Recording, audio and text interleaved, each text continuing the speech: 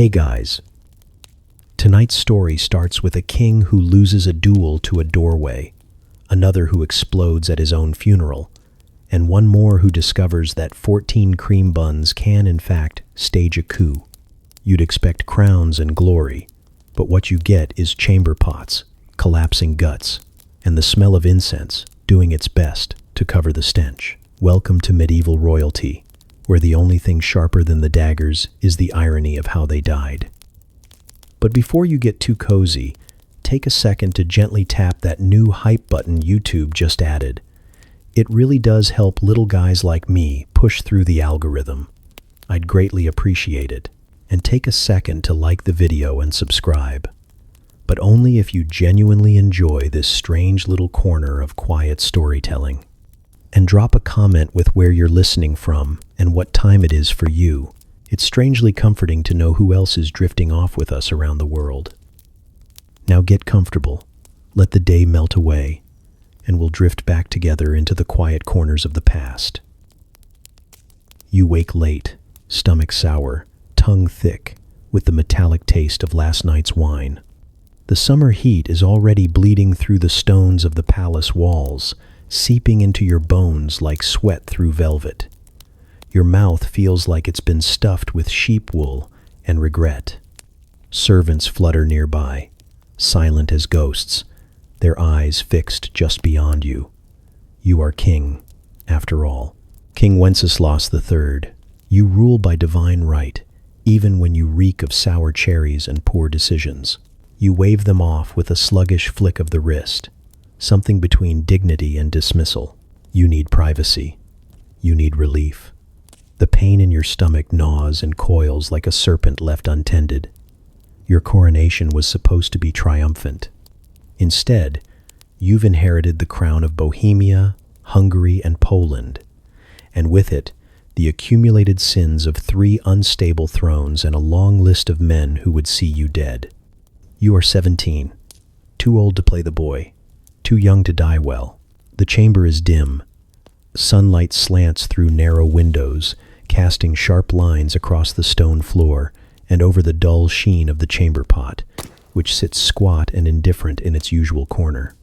You approach it like a man condemned to prayer. Your stomach spasms again, and you curse under your breath in Latin.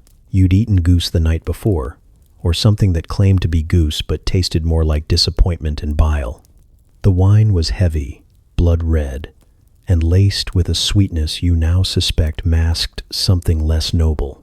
You settle onto the wooden seat with the resigned hiss of a monarch betrayed by his own intestines. You are not supposed to be alone. Protocol dictates that at least 2 guards stand just beyond the door, that an attendant waits discreetly to whisk away the evidence of your human frailty.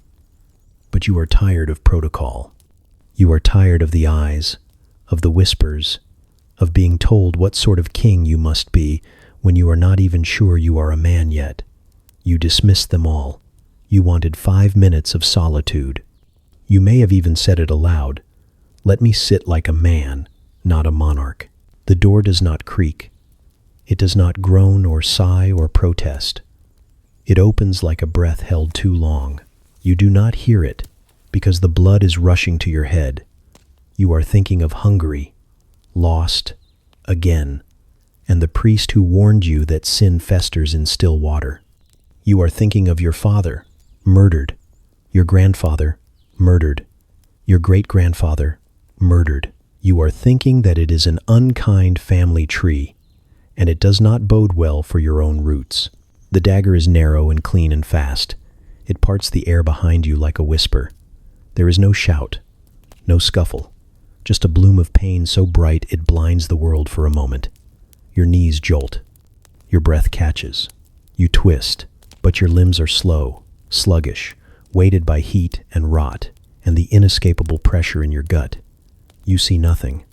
Just a blur of motion, a sleeve, perhaps a boot, perhaps a shadow shaped like a man who once swore allegiance to you. The blade finds your side again, higher this time. The room tilts. The pot tips. You crumple sideways, your robe tangling in your legs. your bare skin pressed against cold stone that smells faintly of lye and urine. You feel your blood pooling beneath you, soaking into the crack between tiles, indifferent to your title or your crown. It is, as ever, a great equalizer. The assassin is gone before the first servant returns.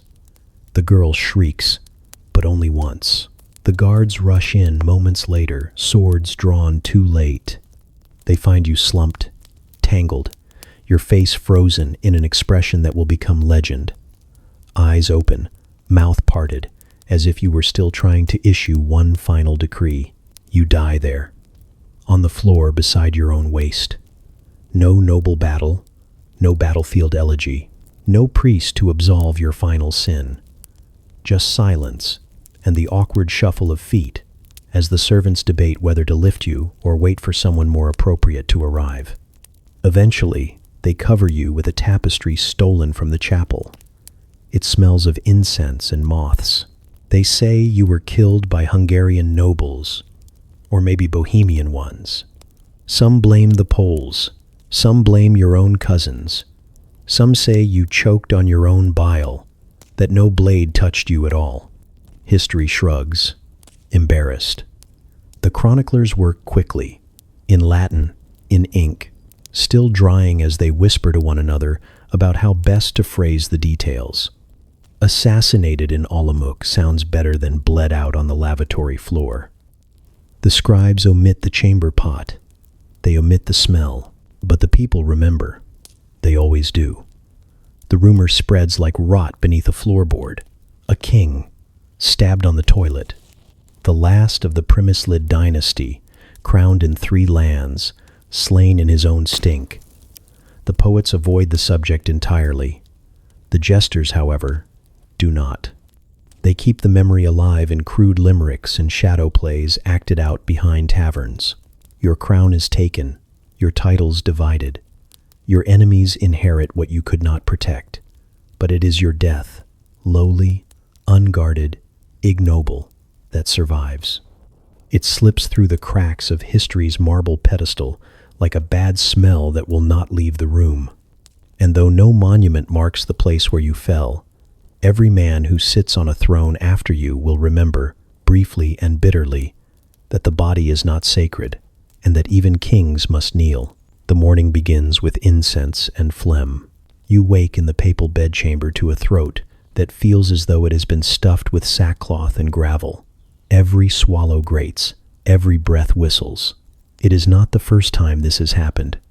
The Roman air is thick with dust and recrimination, and you are not a young man, but you are the Pope, the first and only Englishman to hold the chair of St. Peter, and there is no dignity in coughing like a common pilgrim.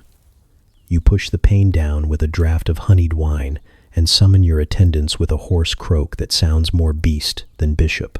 They arrive with linens and oils and concerned eyes they think you do not see. One of them dares suggest you postpone the Mass. His voice is soft, his hands folded. You do not respond. Instead, you motion for your vestments, each layer heavier than the last, each fold stiff with embroidered authority. The chasuble slides over your shoulders like a shroud woven from expectation. You pull the ring of St. Peter onto your swollen finger and squeeze until it pinches the flesh. You want to feel the weight of office pressing into bone. In the chapel, the air is still and holy. 100 candles flicker like nerves. The marble floor echoes your footsteps, each one sharp and deliberate. The cardinals rise as you enter, a wave of red silk and reverence. You know they speak of you in Latin riddles behind your back. They call you Nicholas Breakspear when they think it's safe, as if the old name could lessen the man. Let them whisper. You are not here for them. You are here for God. You begin the Mass with a voice that trembles at first, then steadies. The Latin rolls off your tongue like hot wax, sanctified and searing. The congregation bows as one, more out of fear than faith. You know this. You welcome it. The swelling in your throat pulses with each syllable, a slow, growing pressure like a stone being carved from the inside. Still, you speak. You raise the chalice. You invoke the mystery of transubstantiation with trembling hands. The bread is brought forward on a golden paten, round and white and silent. You break it, you lift it, you place it on your tongue. The body of Christ offered to the man who claims to speak for him. It sticks. At first, you think it a trick of the dryness. Your throat spasms, and you press a hand to your chest, summoning a cough that does not come. The bread does not move. It clings to the roof of your mouth like ash. You try to swallow, but the muscles seize. Panic flickers behind your eyes, but you raise your hand in what appears to be a benediction. The congregation bows again. They do not see the tremor in your jaw. Your lungs begin to protest. You blink rapidly, trying to maintain the rhythm of the liturgy, but the words come slower now, stretched and strangled. One of the cardinals leans forward, his mouth open as if to speak, but he hesitates. You are the vicar of Christ. You are not meant to falter. The choir continues, voices rising in harmony as your vision narrows. The bread has become a lodestone. It drags at your breath. You grip the altar with both hands, knuckles whitening, sweat slicking the marble beneath your fingers. The chalice tips.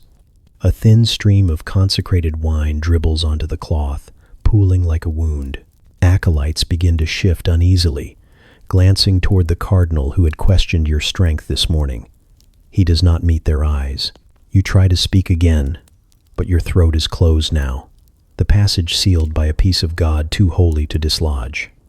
You think, briefly, of the doctrine you've defended with fire and steel, that this bread is no mere symbol, that it is flesh, living, divine. You wonder, as your knees begin to buckle, whether you are being consumed in return. You fall forward. The crash echoes through the chapel like thunder. The congregation gasps as one, a ripple of scandal and awe. The choir falters, then stops. The cardinals rush to your side, their faces masks of concern barely concealing the calculations behind their eyes. One of them rolls you onto your back, and your mitre clatters away, spinning to a stop against the foot of the altar. The bread is still in your mouth. Your lips are blue. Your eyes are glassy and fixed. Someone tries to pry your jaws apart. Another hisses that to touch the host in such a state is blasphemy. A third murmurs a prayer, though whether it's for your soul or his own advancement is unclear. The altar boy begins to cry. The incense keeps burning. In the days that follow, Rome will murmur. Some will say it was poison. Others will whisper of divine punishment. A few will claim the devil himself forced the bread down your throat, a final humiliation for a pope too proud to kneel. The cardinals will meet in secret, tallying alliances, rehearsing their mournful expressions. The next morning, your body will be found slumped against the altar, carefully repositioned, your face wiped clean, your hands folded neatly in imitation of peace. But they will not forget. You, the only English pope, the man who once held 3 kings in check with a letter, the shepherd of Christendom who choked on Christ himself. The irony is too rich, too perfect. It will live longer than your decrees, your edicts, your name etched in Latin on brittle parchment. It will live in whispered jokes among the clergy, in tavern ballads sung off-key, in the knowing glance between monks when the host sticks to the roof of one's mouth. You are no longer pope, you are anecdote, and the altar remembers the sound you made as you hit the floor. You'd wanted something exotic, something impressive, something none of the French kings could boast about, and certainly nothing your brother Robert could dream of affording. You already had the crown, the castles, the bastard-born children glinting like scattered coins across the aisles, but what you craved now was spectacle.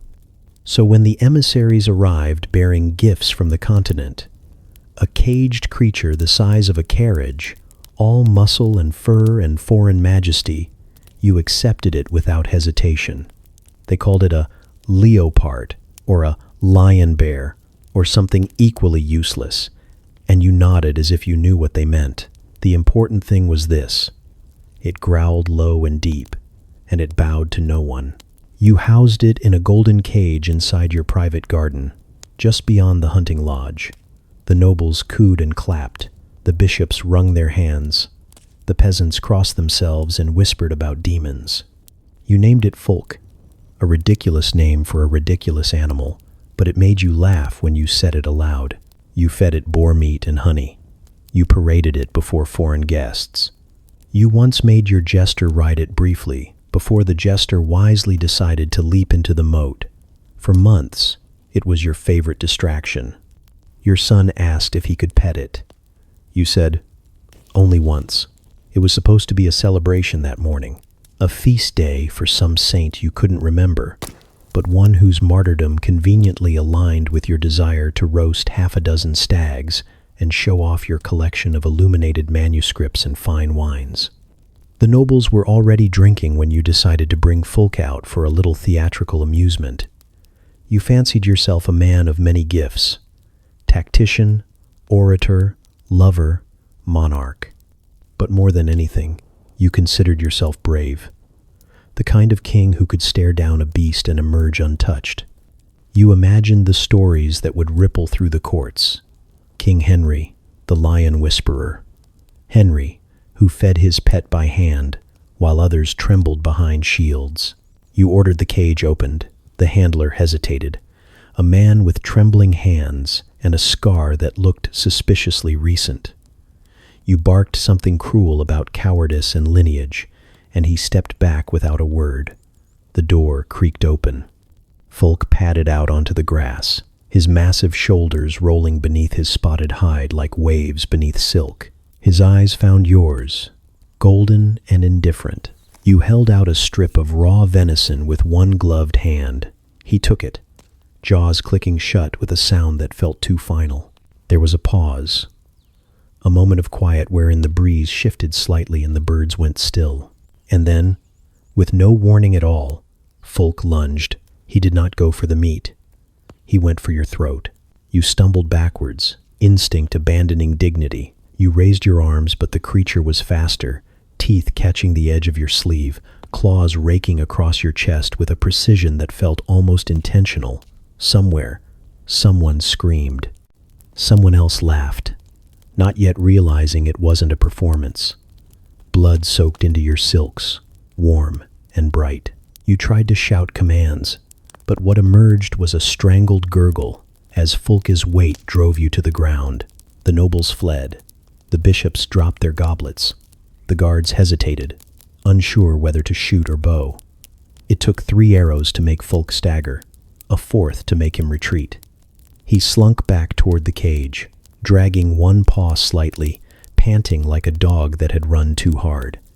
You lay in the grass, surrounded by trampled roses and your own shredded pride. They carried you inside, half-conscious and gasping. A physician with shaking hands tried to stitch your shoulder while muttering a prayer under his breath. Another attempted to cleanse the wounds with vinegar, which made you scream so loudly they heard it in the kitchens. You tried to sit up. They pushed you back down. You tried to speak. Blood filled your mouth. You slapped the nearest servant and passed out before you could issue the apology.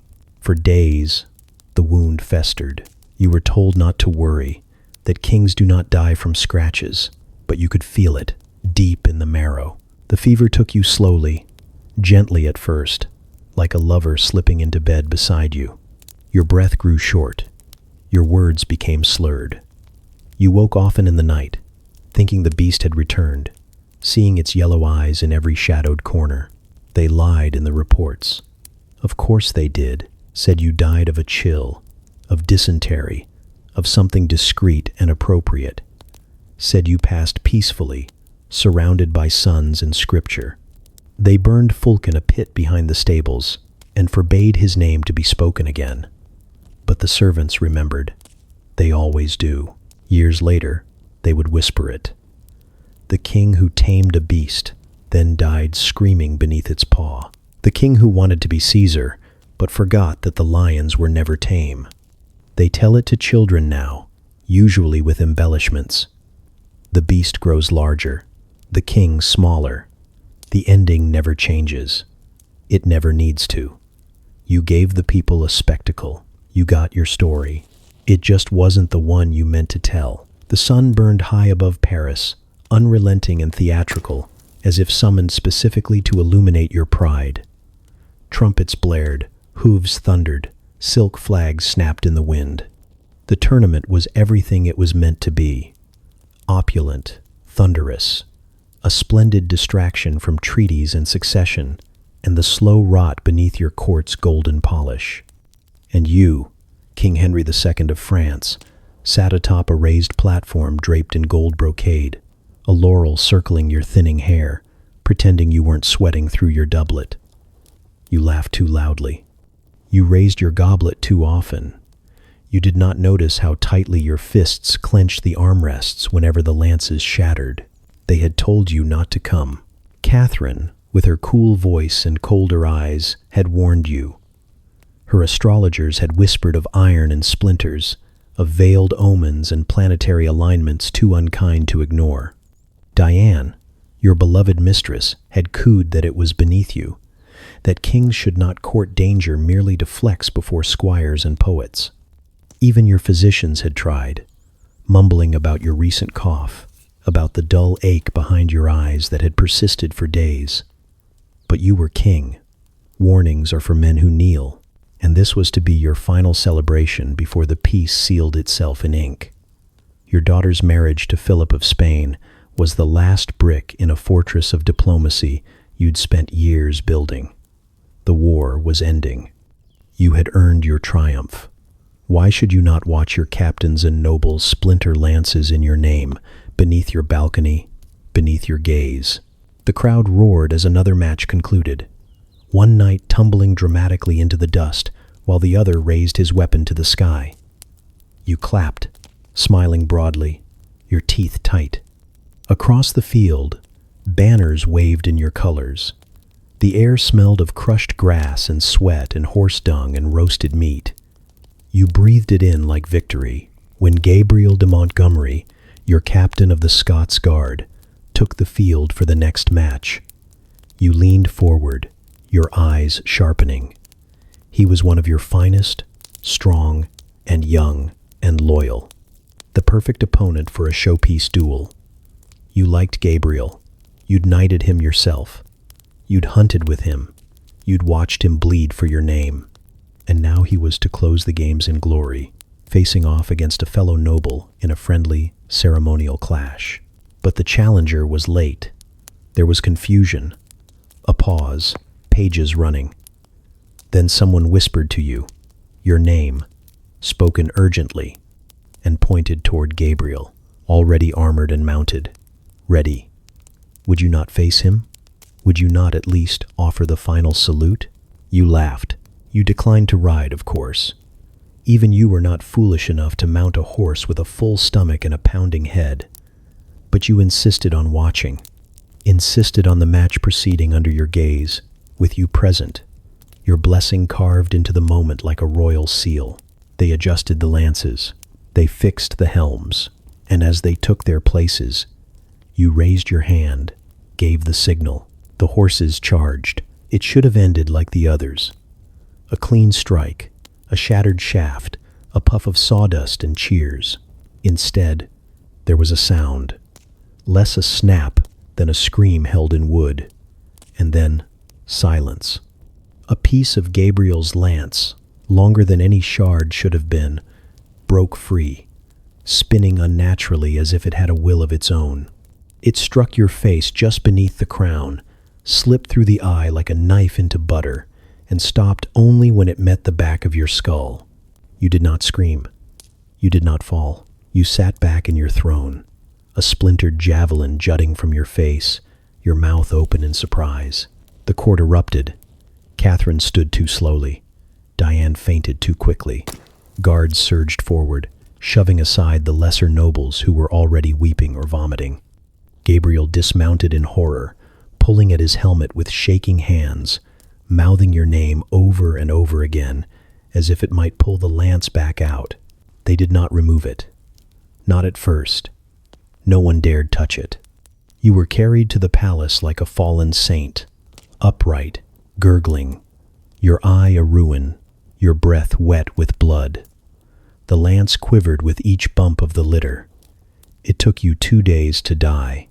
2 long, seething days beneath swaths of velvet and candlelight, as physicians debated whether to cut deeper or simply pray harder. You could not speak, not properly.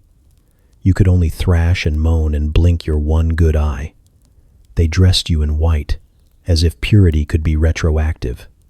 They brought in relics, holy water, perfumes to mask the rot. You could smell it anyway. Gabriel tried to kill himself, twice.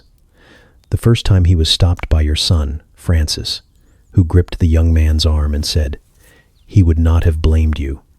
Gabriel did not believe him. He fled France. He never jousted again. The astrologers preened. Catherine stared at your body without weeping, her silence louder than any widow's wail. Diane was barred from the funeral. They placed you in a golden coffin, your face reconstructed with wax and silk, your eye hidden beneath a patch they swore looked regal. You were buried with your armor.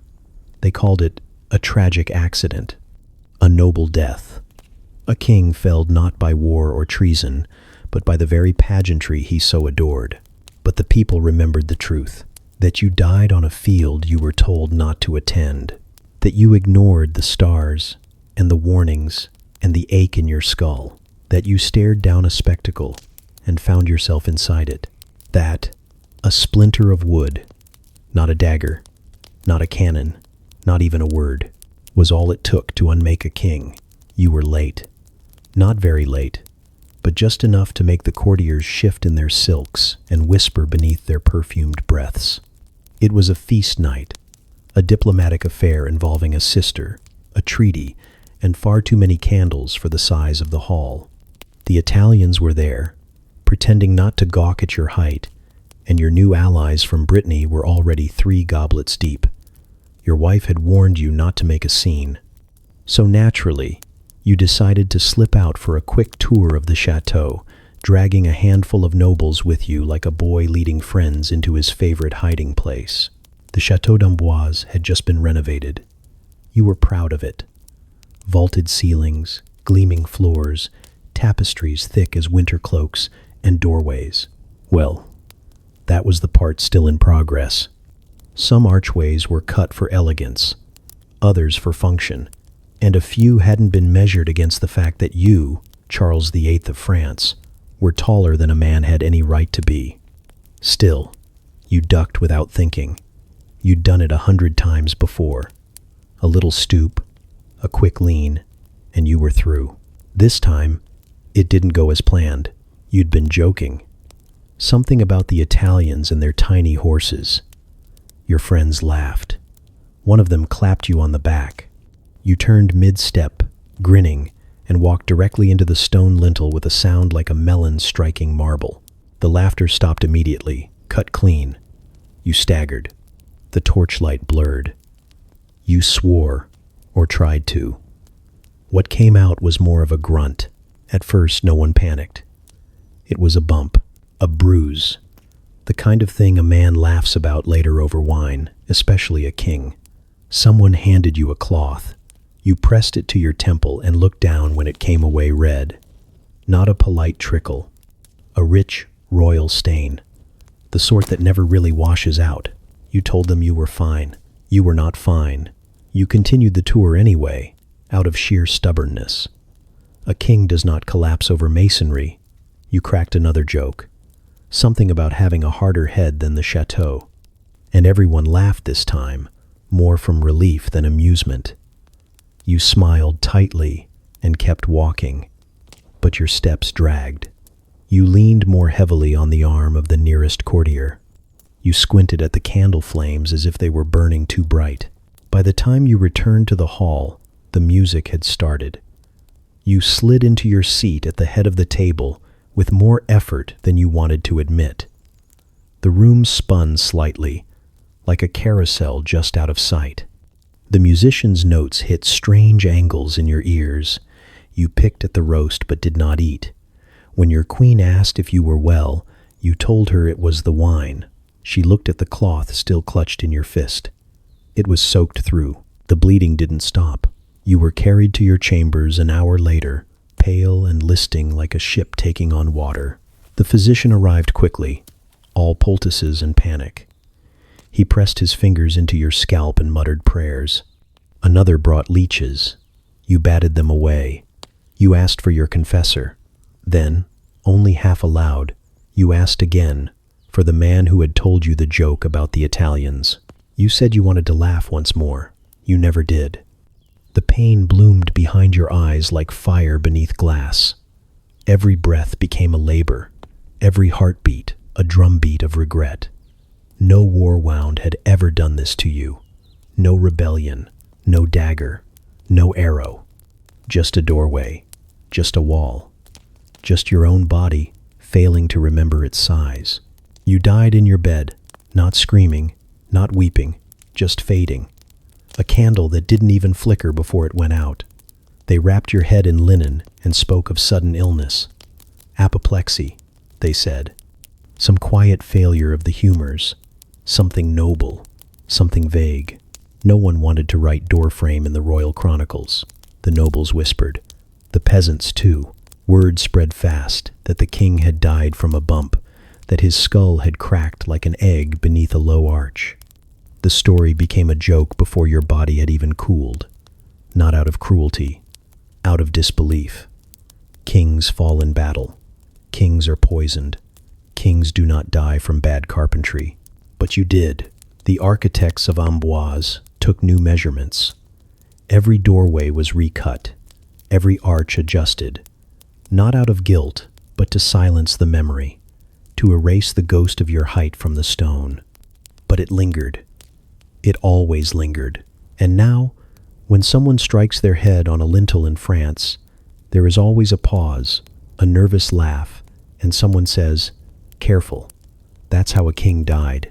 They don't always remember your name, but they remember the door they had to shove you in. Even in death, you refused to cooperate. Your body, swollen and sour with the rot of 2 months' delay, would not bend to the coffin they'd carved. It was too small. A bishop said it would be blasphemy to cut the corpse. A knight suggested sawing the legs off. Another, one of your more practical servants, offered to just press hard and hope. Eventually, they chose the last.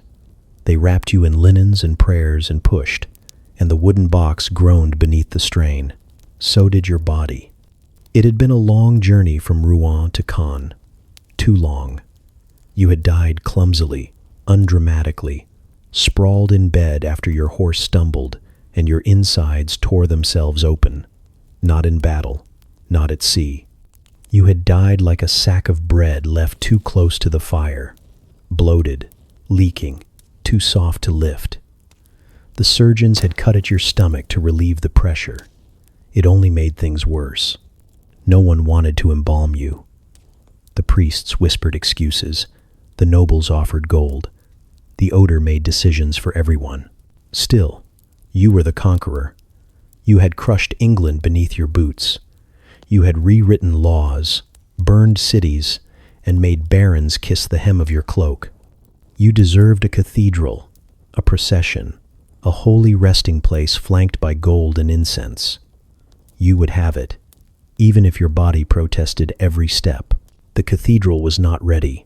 Some said it had never truly belonged to you, that the land had been seized unjustly from a monastery, the stone quarried with cursed hands. The monks muttered, but the masons built. On the day of your burial, a fire broke out in Caen. Smoke twisted toward the steeples as priests tried to chant over the crackling of nearby rooftops. Half the mourners left before the funeral even began. The other half stayed, sweating in wool and velvet, swatting at flies that would not leave your coffin alone. The bishop tried to move things along. He spoke of your victories, your piety, your great belly full of royal blood. He glossed over the bits where you'd razed villages and blinded hostages. He painted you as a shepherd king, which would have made you laugh had you still possessed lungs to laugh with. The choir sang. The incense flared. Your sons knelt. One of them wept, possibly out of guilt, though it was hard to tell which one felt it. You had raised them like you ruled everything else, with iron and suspicion. Then came the moment. They lowered your coffin into the stone tomb, or they tried to. It didn't fit. It should have been simple geometry. The grave had been carved for your height, your width, your rank. But time had intervened. Your flesh had ballooned, stretched, soured. The linen bindings strained at the seams. Your neck bulged against the edge of the coffin like dough pushing through a split seam. Still, they forced it. They could not cut the box. They could not cut you. So they pushed, and then you burst. A sickening crack, a wet snap, a noise that silenced the choir and turned stomachs. The gas had built for days, fed by heat and time and your own royal decay. The pressure found its moment. Your abdomen tore open, fluids spilled, organs slid. The smell hit like a siege weapon, sudden, absolute, obliterating any pretense of ceremony. Nobles fled, priests gagged. The bishop dropped the thurible and stepped back, eyes wide, face pale. The crowd surged for the doors, some retching into their sleeves, others crying out prayers that barely made it past the wave of nausea. The choir stopped singing. One boy fainted. Your sons stood motionless. They could not run. Not yet. To run would be to abandon you, to admit weakness, to give the world one more story to sneer at. They stood there in the stink, in the hot, rotting air of your final defiance, as your body slumped into its stone bed like meat falling off a spit. The bishop said nothing more. There would be no final benediction, no chanted absolution. They sealed the tomb quickly, scraping mortar into place with hands that trembled. The ceremony ended with silence and ash. There would be no feast afterward, no commemorative psalms, only gossip. For months, your nobles told different versions. In one, the explosion never happened. In another, it cracked the altar and knocked a candle into the bishop's beard. In taverns, they sang songs about the king who couldn't fit in his own grave, whose belly burst like a boar left too long in the sun. Children giggled about it. Monks wrote about it with careful euphemism. You were a legend in life. You became a punchline in death, and yet they still call you William the Conqueror, because even when your body failed you, even when it burst like an overripe fruit in front of a cathedral full of lords and friars, you remained too large for the box they built. You conquered the land, the people, the laws, and finally, even the dignity of your own funeral. The cathedral still stands. So does the smell, they say, in the stone. You were always going to die at the table. From the beginning, it had been your favorite place to rule. Not the throne, not the war room, not the court of noble flatterers with their powdered wigs and venomous compliments, but here, beneath the chandeliers, at the long oak table, groaning under silver platters and sweating bottles. Here you were, king in every sense. Fork in one hand, goblet in the other, dictating courses like decrees. No one told King Adolf Frederick of Sweden to pace himself, not his advisors, not his cooks, and certainly not his stomach, which had long ago stopped issuing warnings. It was Shrove Tuesday, which in Sweden meant indulgence, rich foods before the lean days of Lent. You didn't believe much in fasting, but you adored the feast. So you summoned your chefs, your tasters, your vintners, and gave them the royal command: spare no expense, no restraint. You would dine as if the world were ending, and only your appetite could hold back the void. They delivered. You began with lobster, butter-drenched and steaming, the flesh pulling from the shell like silk. Then caviar, spooned onto toast points with such obscene generosity that even the Russians might have winced. Champagne followed, delicate and fizzy, chased by German beer and sweetened wines from the Rhine. The table glistened with roasted game, glazed hams, marzipan fruits, and platters of smoked fish that left your lips shining. You wiped them with a gold-trimmed cloth and asked what was next. Semla, Of course, the little bun had become something of an obsession. It was traditional, a soft cardamom wheat roll, hollowed and filled with almond paste, then topped with whipped cream and a snowy crown of powdered sugar. It was eaten in moderation by peasants and priests alike. One, perhaps two, with warm milk on the side. A polite indulgence. You had 14. Each one soft, rich, deceptively light, until the cream curled in your throat and the almond paste turned to paste in your chest. But you did not stop. You laughed as you ate. You pointed at your trembling valet and dared him to match you bun for bun. He tried. He failed. You ordered a fresh pot of milk, then another. It tasted sweet and made the sugar easier to swallow. Your stomach began to swell. It was not sudden, not at first, just a vague discomfort, the familiar protest of a body accustomed to being overruled. But this time, the fullness did not pass. It deepened, hardened, turned sharp. You shifted in your chair, burped once, and waved off the concerned look from your chamberlain. A cramp twisted your side, then another. Still, you raised your goblet. By the time you stood, the room had started to tilt. They found you staggering in the hall outside the dining chamber, one hand pressed to your abdomen, the other braced against the wall. Your face was pale, but sweat poured down your temples. You gasped, something no one understood, perhaps a request for more milk, or for a priest, and collapsed. Your physicians were summoned, but they were not miracle workers. They had seen you like this before, after long banquets or diplomatic dinners where you'd eaten in an effort to make alliances seem palatable. Usually, it passed. This time, it did not. The spasms came in waves. Your stomach had become a battlefield, your insides rebelling against their king. They tried all the usual remedies, poultices, leeches, hot towels soaked in vinegar. Nothing worked. The pain deepened, then became something more than pain, a kind of pressure, as if your own organs were attempting escape. The bloating was visible now, grotesque in its fullness. The stomach stretched tight as a drum beneath your nightshirt. You moaned. You begged. You cursed the semla, then asked for one more, just in case. You died sometime after midnight, belly distended, mouth still flecked with cream. The palace tried to cover it, of course. Officially, it was digestion problems.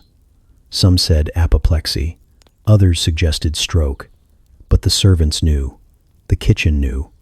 The man who had carried the platter of semla buns into the dining room wept when he heard. He said he should have brought only 6. You were buried with ceremony, draped in velvet, your coffin carved with laurels and lions. They said prayers, they sang hymns, but all the talk afterward was of the meal, not the funeral banquet, but the last one, the feast that outlasted the king. For decades, children in Sweden whispered the story with reverence and revulsion, how a monarch died not in battle or bed, but from dessert. You weren't the first gluttonous king, not by far, but few had your flair. Few made it look so deliberate. You ate like it was a duty, a performance, a crown on a plate, and in the end, it consumed you. They still eat semla on Shrove Tuesday. 1 bun, maybe 2, if they're feeling bold. They soak them in warm milk and smile nervously. No one has 14. Not anymore. The night was too dark for certainty. That was the first mistake. The sky had been clear when you left the castle. A thin frost on the ground, a breeze slicing through the pines, but no clouds. The stars glinted like hammered nails, and the moon threw enough light for pride to thrive. You could have waited. No one would have blamed you. It wasn't urgent. It wasn't war. It wasn't politics. Just a runaway peasant and a burst of irritation. But you were the king, and when a king wants a man found, he does not wait for dawn. You rode alone, mostly. The guards tried to keep up, but you waved them off. Their torches were slow, and your horse was fast, a tall black beast with a wild name and iron shoes. The sound of its hooves on frozen ground was a thrill you never got tired of. You were 44 and ruled from sea to sea, but the saddle still made you feel like something older, like a wolf with a crown. The peasant. No one remembers his name now. Had broken something. A rule. A vow. Perhaps just a fence. He had run from your tax collectors, refused a tithe, maybe struck a man in the village square. It didn't matter. He had defied you, and that was enough. So you'd kicked your heels into the horse's sides and chased after him through the night, your breath clouding behind you like a banner of smoke. The cliffs came fast. They always do when you're not looking for them. One moment, it was forest and scrub, and the next, the land gave way. The sea thundered below, black and shapeless, like something waiting to laugh. You didn't see the edge until your horse did. It reared, panicked, snapped its head to the side, and you, proud, freezing, furious, and lost your seat. The world tilted. You flailed for reins that weren't there. For once, your crown did not help. You fell, not far, not to the sea, just enough to break you. The ground below the cliff's edge wasn't sheer stone, but it wasn't soft either. You landed badly, shoulder first, then your head. Something snapped. The stars blinked. Your body rolled once and stopped, like dropped game. The horse kept running. The peasants in the hills said they heard your scream echo through the valley, sharp and sudden and undignified. It didn't sound like a king. You were alive for a little while. Cold seeped in faster than blood. You couldn't move your legs. Your mouth worked, but there was no one to hear the words. The guards were still behind you, torches bobbing like dying fireflies in the woods. You watched them from below the ledge, waiting for their light to find you. It never did. Your hands twitched in the frost. You tried to shout again, but your voice was gone. The wind picked up. Salt and pine and something bitter. Your horse came back once, snorting, pacing, then vanished again into the trees. They didn't find you until morning. The sky was gray by then, and your body had stiffened in the grass like old leather. Your cloak had snagged on a root, stretched like a flag beside your broken frame. One boot had come loose. Your crown was back at the castle, on its pillow. You looked nothing like a monarch. Just another man who rode too fast into the dark and thought the night would move out of his way. The peasant got away. They said later that he returned to his village with wild eyes and trembling hands, claimed he heard hoofbeats in his dreams for months. He never said what he'd done wrong. Maybe he hadn't done anything. Maybe he just ran, and you chased him because kings need to chase something, and there was nothing else that night. Your death broke the line. Without you, the kingdom frayed. Factions rose, families fought, and the crown passed from head to trembling head. England watched. France sniffed opportunity. Lords drew maps with knives. It all unraveled faster than anyone expected, like a cloak pulled loose by a thorn. The nobles whispered your name with something like fondness, because that's what people do with the dead. They said you were bold, that you had spirit, that you didn't know fear. But the peasants remembered the scream, and the horse kept running. The wound wasn't supposed to kill you. That's the thing. You'd had worse. Sword cuts, fevered gashes, broken bones splinted in cold towers by trembling hands. But this was just a slash along the leg. Deep, yes, but manageable. It wasn't even from battle, just an accident. One of the many petty hazards of living long enough to become a problem for everyone, including yourself. They'd come to dress it as they always did. Your physicians and servants and bootlickers who still feared the old rumors. Charles the Bad, they called you. Not to your face, but close enough for you to smell it on them. The Poisoner King, the treacherous one. Your enemies accused you of murdering your own brother with a poisoned orange. You never denied it. You'd survived rebellions, assassins, and your own terrible instincts, clawing your way to the throne of Navarre with more cunning than grace. You were hated, but powerful, and power is a kind of armor, until it isn't. They soaked the cloth in brandy. That was the second mistake. The first was letting them in at all.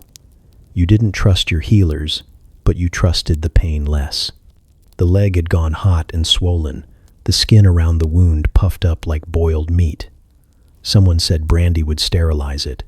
They said it gently, as if your body could still be persuaded, so they brought the barrel. A small one, not the grand casks reserved for banquets and treaties, but a squat, heavy drum that sloshed when lifted. They cracked it open beside your bed, the fumes rising like a fog, sweet and sharp. The cloth was dipped and wrung, steaming slightly in the cold air. You didn't flinch. You were used to burning. They wrapped your leg with the soaked rags, layer after layer, until the scent of alcohol overpowered even the stink of infection. The candles flickered. Your chamber was dim, save for the fire and a few flickering tapers at the edge of the room. One was set too close. No one noticed. The servant who lit it was new, nervous. She stepped back too quickly, her hand brushing the edge of your blanket, just enough to sway it, just enough to send the hem drifting toward the floor where a candle had been set to warm the room. Just enough. The cloth ignited in silence. There was no crack or roar, just a sudden bloom of flame. It caught the brandy first, then the linen, then your leg. You didn't scream at once. For half a second, your brain tried to explain it as a dream, or fever, or punishment. Then the pain reached you. You screamed. The fire surged.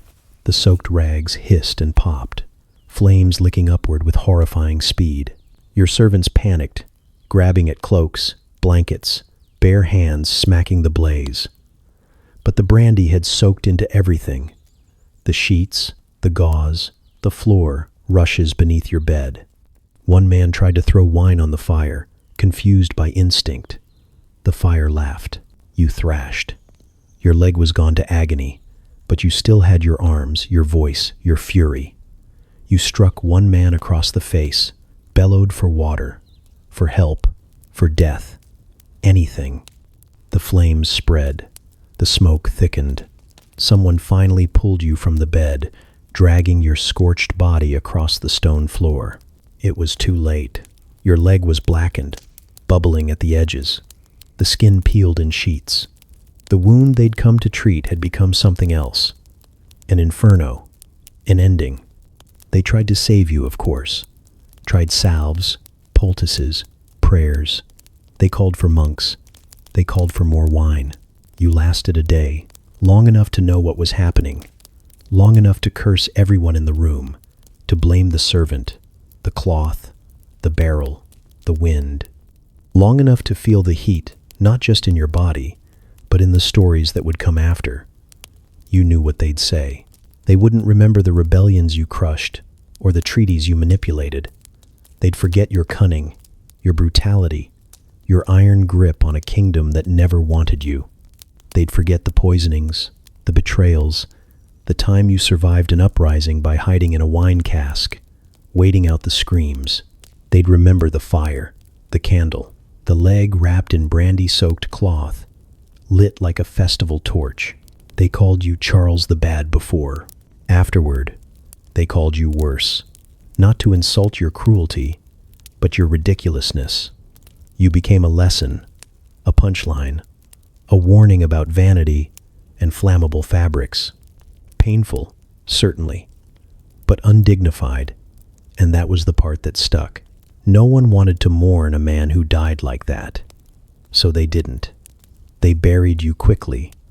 No lavish procession, no golden tomb, just dirt and a headstone, and a few charred rags burned beyond recognition. A king reduced to cinders because someone thought a splash of brandy was medicinal. They never did find the servant who lit the candle. Maybe she fled in terror. Maybe someone helped her disappear. Maybe she watched from the woods, waiting for the fire to die. Some said she'd been sent, that it hadn't been an accident at all, that your enemies had waited years for a chance and took it with one careless flame. Or maybe it really was just a mistake, the kind that clings to your name forever. The storm rolled in like a war you refused to believe in. It had no armies, no banners, no messengers announcing terms, just wind and clouds, thick as bruises, marching across the sky with a silence that felt personal. You saw it from your tower, watching the sea churn under gray fists, and you smiled the way only kings smile, like nothing in the world could possibly be meant for you. You were old by then, older than you had expected to be. Kings rarely grow soft in Denmark. Most bleed out in battle, or slip on a blade in court, or drink too much out of boredom and die in bed while their heirs circle like wolves. But you, Valdemar the Victorious, they'd called you once.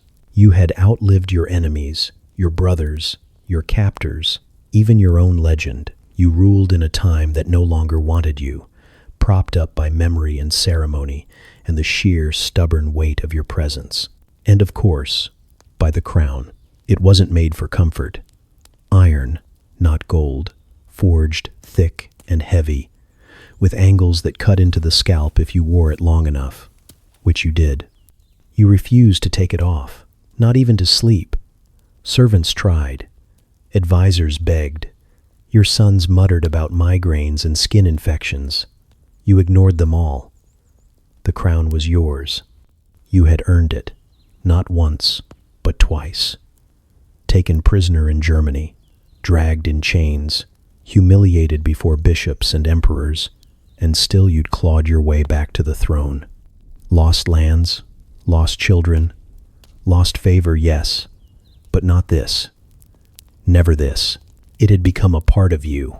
The storm broke while you were walking the battlements. A king's habit, a ritual more than a necessity, though you liked to believe your presence still meant something. Wind slapped your cloak against your legs, and your boots echoed over slick stones. The rain began as mist and grew teeth. Your guards urged you inside. You waved them off. You thought the sky was posturing. You forgot it could strike. The lightning came with no warning, no rumble, no flash-to-boom delay, just light, raw and immediate, like the gods had drawn a blade and brought it down on your head. It found you not because you were king, or sinful, or arrogant, but because iron conducts. The crown did what it was designed to do. It held fast. It stayed fixed to your skull like loyalty, and when the bolt found it, it had nowhere else to go. You seized before you fell. One leg kicked out, the other buckled. Your arms flung wide like a saint's. The crown did not melt, but it glowed for an instant, casting a halo of firelight around your stunned, rigid face. Your beard singed at the tips. Your mouth opened. Then you dropped. They say your body hit the stones so hard that the crown rang like a bell. The guards rushed forward, slipping, cursing, shouting your name into the wind. You didn't answer. Smoke curled from your hairline. Your eyes were open but empty. One hand twitched once. Reflex or refusal, no one could say. The storm moved on. They tried to remove the crown. They couldn't. Your head had swollen from the heat, the iron gripping your temples like a fist. It had fused to you in places, tiny welds where skin met metal.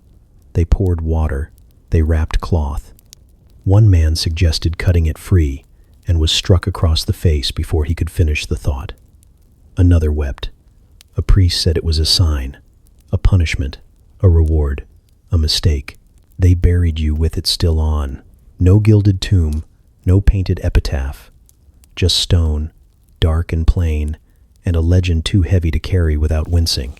You had held on to the crown because you believed it defined you. In the end, it did. There were debates afterward. Had the iron been cursed? Had your refusal doomed you? Was it pride, or principle, or just another accident in a world full of sharp edges and bad timing? Your sons ruled in your place. None wore the crown as you had. Some avoided it entirely. Others commissioned lighter versions. Gold, velvet linings, hollow bands with jewels sewn into wax, comfortable crowns for fragile men.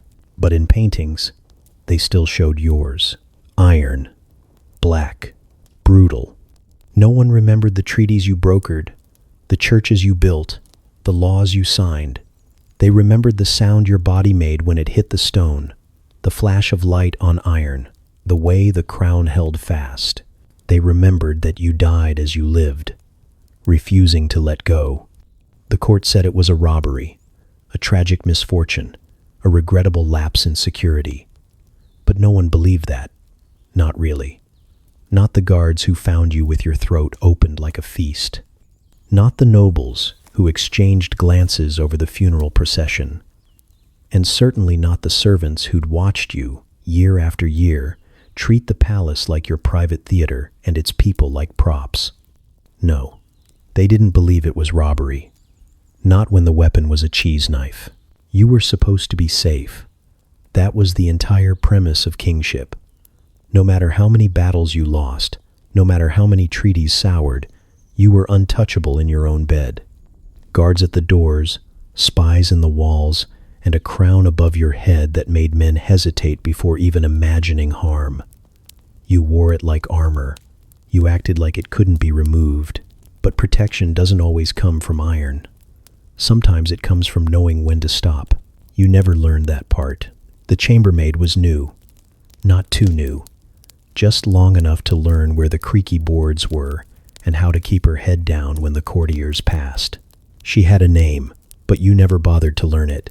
She was just another girl from the village, brought up to polish brass and avoid eye contact. You thought she was quiet because she was simple. You thought silence meant permission. The court whispered about your appetites. Not loudly, just enough that people pretended not to hear. Your liaisons had been tolerated when you were younger, handsome, charming in that particular royal way, entitled but amusing. But you had grown lazy with age, less clever, more cruel, and the servants bore the weight of it. No one saw her enter your chambers that night. You had sent for wine, possibly her. The records disagree.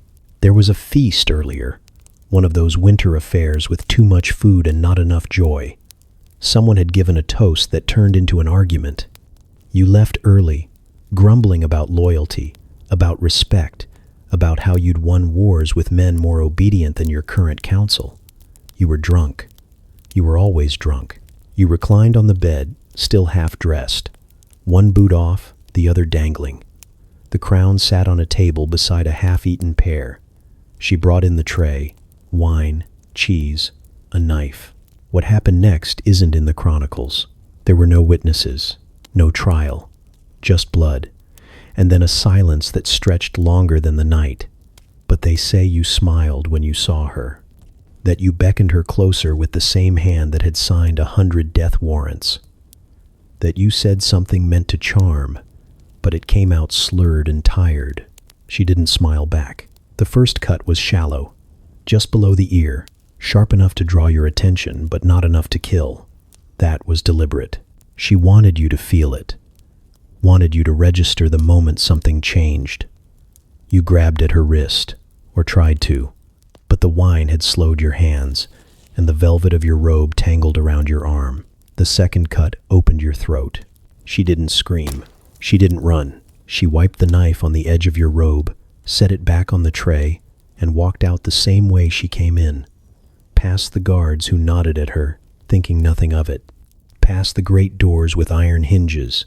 Past the cold marble that had never learned to care about blood. They didn't find you until dawn, your body slumped sideways, mouth gaping like you had something to say at the end, but forgot what it was. The wine had spilled, soaking into the rushes, mixing with the dark smear that had drained from your neck. The crown was still there, untouched. No robbery. That was the part that puzzled them. The untouched crown. Why leave it? Unless it was never about gold. The court scrambled. Blame shifted like wet leaves. They arrested 2 kitchen boys, then a steward, then a guard. None of them confessed. No one even seemed afraid. And the girl, she was gone, vanished into the hills, or the city, or the sea. No one ever found her. Some said she had help, that one of the queens, your wife, your mistress, even your sister, had whispered in her ear. Others said she acted alone, and that made it worse, because it meant anyone could have done it. Your death didn't start a war, but it ended a conversation about power, about punishment, about how far a king could lean into his vices before the servants leaned back. The nobles mourned you loudly, ostentatiously, but behind the curtains, no one cried. The maid became legend. They sang about her in taverns, though they never used her name. The Ballad of the Cheese Knife, they called it. Part comedy, part warning. Peasant girls laughed over it. Soldiers nodded like they understood something new. It was passed from mouth to mouth, until even your allies began to smile at the wrong part. You had ruled Denmark, but you never ruled her. The brothel sat just beyond the city gates, past the smoke and the weeping, past the signs painted in ash warning of judgment and death. It wasn't discreet, not anymore. Once, it had been tucked behind hedges and church shadows, the kind of place wealthy men visited in masks and left with stains they told no one about. But in plague time, all things came into the light. The hedges were dead now, brittle as bone. The shadows had fled with the priests. What remained was a house of flesh, lit by candlelight and defiance, filled with people who believed that if the end had come, they would meet it drunk, grinning, and buried in silk. You were one of them, a noble, once, a duke or a baron or a third cousin to someone important. It didn't matter anymore. Titles meant little when the bells wouldn't stop ringing, when the streets were crowded not with carriages but carts full of the dead, when your own steward began to cough blood into his hands and asked if he could be buried near the orchard, as if that would make the worms kinder. So you left. Not out of cowardice, you told yourself, but because there was nothing more to be done. The court had scattered. The palace was thick with mildew and silence. The priests spoke of sin and repentance until they, too, started dying in rows. You had gold. Gold could still move things. Feet, lips, thighs. So you went to where the candles still burned, where the wine still flowed, where people didn't cry unless it was for pleasure or laughter. The brothel had turned into something else entirely, not just a place of transaction, but of refusal. A fortress of denial, where the world's rules had been suspended. The mad came here, and the rich, and the terrified. Some came masked, pretending the velvet over their nose would protect them. Others came naked, convinced that death would at least be distracted by beauty. There were musicians with fevered eyes, courtesans with bruises they swore were bites and not signs. The wine was bad, the food worse, but no one complained. You could still hear laughter. You wanted to forget. So you drank, and you watched, and you indulged. The woman who took you upstairs that night had eyes like black glass and a mouth that never smiled unless you weren't looking. She said her name was Isabeau, though you were certain it wasn't. She smelled of cinnamon and something darker. She wore rings on every finger and looked at you like you were already part of the furniture. She didn't ask your name. You told her anyway. You rambled about your lands, your dog, the priest who once said you'd be a great man if only you'd stop lying to yourself. She listened with the disinterest of someone who'd heard it all, and worse and better. Her fingers undid your shirt. Her lips grazed your neck. Her hands were warm. Then she coughed, just once. A delicate sound, like lace tearing. You froze. She didn't. You told yourself it was nothing. The rooms were cold. The air was thick with incense and smoke. Everyone coughed. Everyone sweated. You were here to forget. Remember? You weren't one of the poor fools dragging bodies through the alleys. You weren't a fisherman in rags, praying outside a locked chapel. You were noble. Your blood was old and arrogant. Your bones had never bowed to fear, so you stayed, even when you saw the dark patch blooming on her collarbone, even when she whispered something in a language you didn't know, or maybe just drunken Latin slurred by fever. Even when she kissed you harder, like she knew something was ending and wanted to take you with her. In the morning, you couldn't move your legs. At first you thought it was wine. Then you saw your toes, black at the edges, like they'd been dipped in ink. You tried to stand, but the floor tilted. Someone screamed downstairs. A door slammed. The musician had stopped playing. The silence was worse than the music. Isabeau was gone. The bed smelled of sweat and cloves. You rolled over and retched, bile staining the sheets. Your mouth was dry. Your breath stank of rot. A boil had begun to rise beneath your jaw, tight and red and pulsing like a second heart. You touched it and cried out. Your hand came away wet.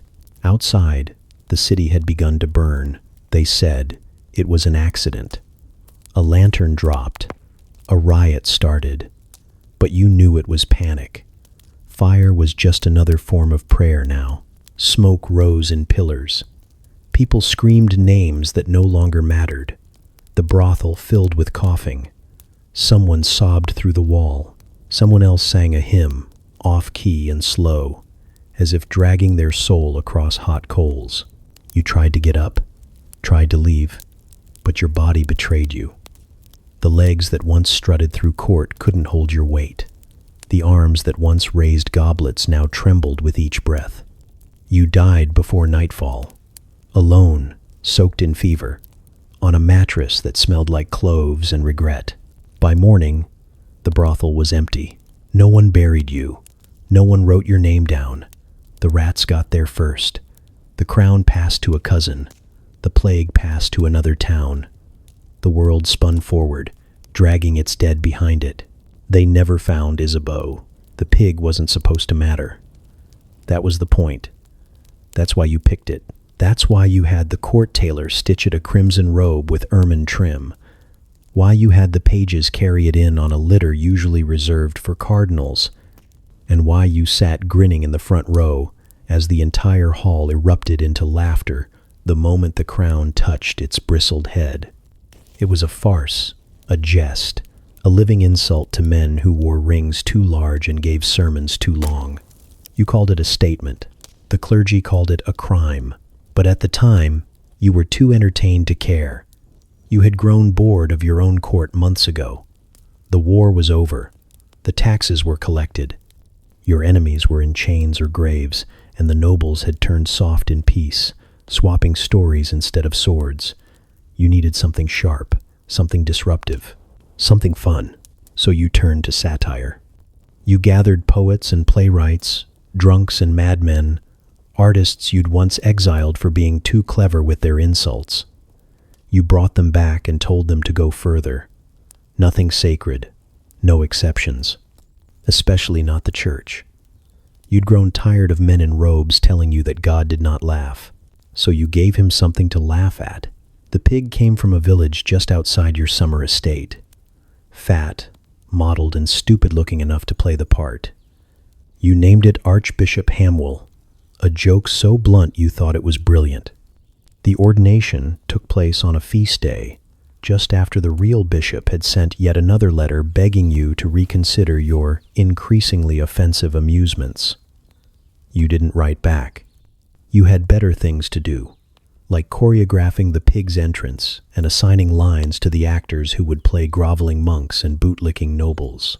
It was a production, a spectacle, a mock coronation complete with incense and hymns and staged miracles.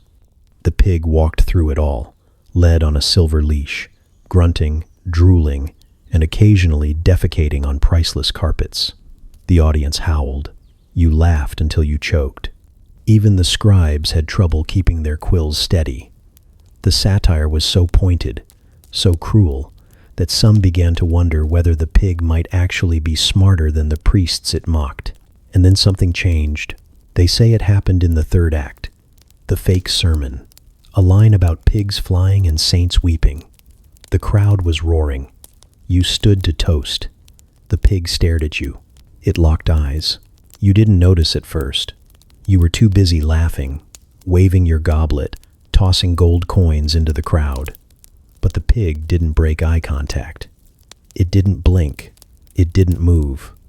It just stood there, as if suddenly aware of what had been done to it, as if the crown on its head wasn't a joke, but a burden. Then it charged.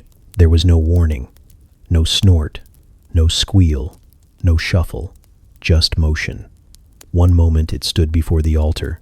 The next, it was airborne, straight toward you. And for the first time in your reign, your bodyguards froze.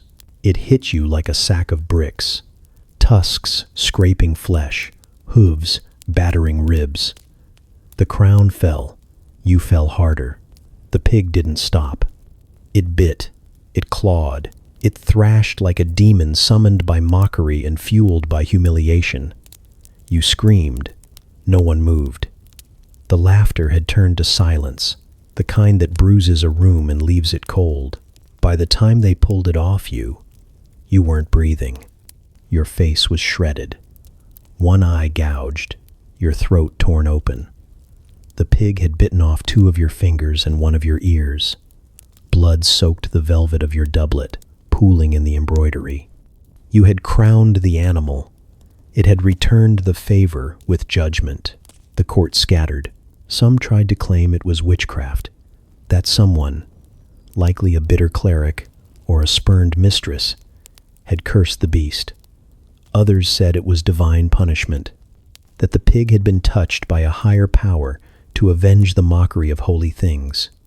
A few, whispering in dark corners, wondered if it had been planned all along, that someone smarter than you had seen the arc of the joke and chosen to end it with blood. The pig disappeared. No one could say how. It wasn't killed, nor imprisoned, nor roasted for the feast. It simply vanished, as if whatever had possessed it had no more use for it once the work was done. Some say it still wanders the forests, crown half sunk into its brow, waiting to be mocked again. Others believe it ascended. Your funeral was brief. The priests who refused to bless your body didn't hide their smiles. The eulogies were thin and frightened. No one wanted to say your name too loudly, not because they feared you, but because they feared the joke might still be listening. The court artists burned their sketches. The playwrights vanished into countryside inns. Satire died quietly that season, but the memory didn't. In taverns and alleys, people began to tell the story of the king who crowned a pig, of the pig who took offense, of how power wears many faces, and some of them grunt. The tale grew with each telling.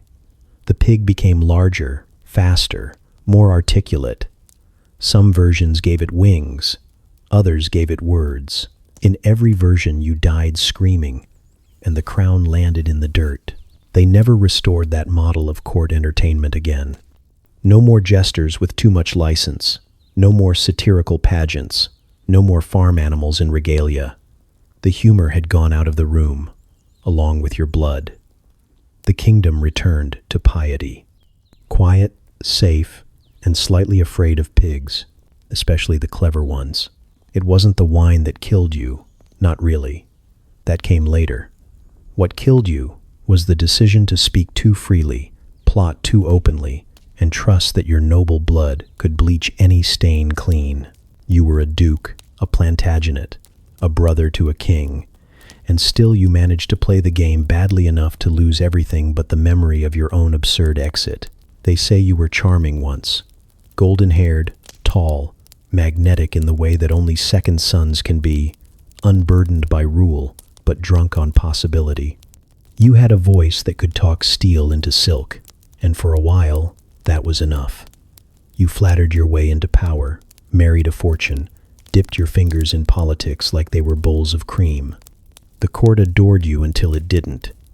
The people chanted your name until they remembered your debts.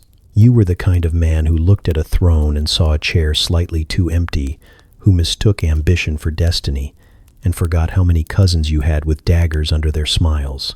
You turned on your brother because you thought you could win. That was your first mistake. The second was assuming that mercy had a longer memory than fear. You plotted, whispered, poisoned words as easily as wine. You sided with the wrong people and then with the right people, but too late. You tried to keep your footing while the ground shifted, dancing between treason and loyalty like they were steps in a minuet. But even the most graceful stumble eventually.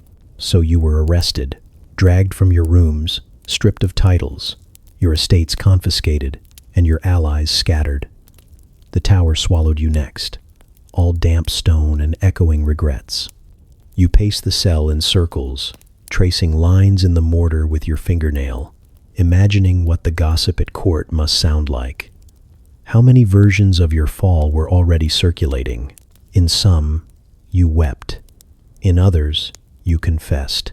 In a few, you fought 10 guards and nearly escaped. You liked that version best. They offered you a trial. You refused it. There were no witnesses left who would speak for you, and none who hadn't already spoken against you. So you pleaded your case not with words, but with wine. You asked to die in a butt of Malmsey. They laughed at first. The lords who heard the request leaned back in their chairs, wondering if madness had finally bloomed in your brain like mold on bread. But then they realized it wasn't madness. It was flair. You wanted the final act to be memorable. If you couldn't escape the axe, you could at least write the ending. And they agreed. The executioners didn't wear black hoods. They didn't need to. This wasn't a public beheading. There would be no crowd, no scaffold, no thunderous applause or horrified gasps. Just a quiet room and a large cask, brought in with some effort and a few jokes that nobody laughed at too loudly. The wine was dark and sweet, a vintage older than your betrayal. The cask was enormous, enough to hold several men. You examined it like a critic. You sniffed the rim. You even smiled. Then you stepped in. The liquid was cold, colder than you expected, syrup thick and sluggish as it swallowed your legs. It climbed your chest, your throat, your lips. You took one last breath, scented with grapes and ruin, and then you disappeared.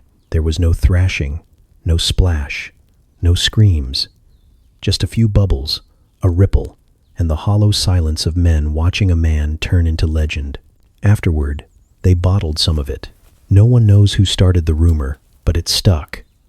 That somewhere, someone kept a flask of that Malmsey, convinced it held a bit of your soul, or at least the tang of treason. It became a court joke. Then, a collector's obsession.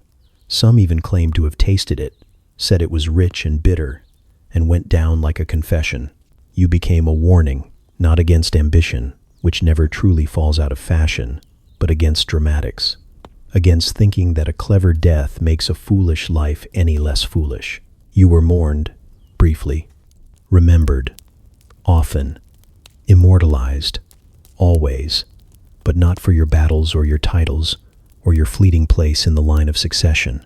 You were remembered because you drowned in wine, because when the end came, you chose excess, chose symbolism over subtlety, chose to be theatrical in a world that rewards silence.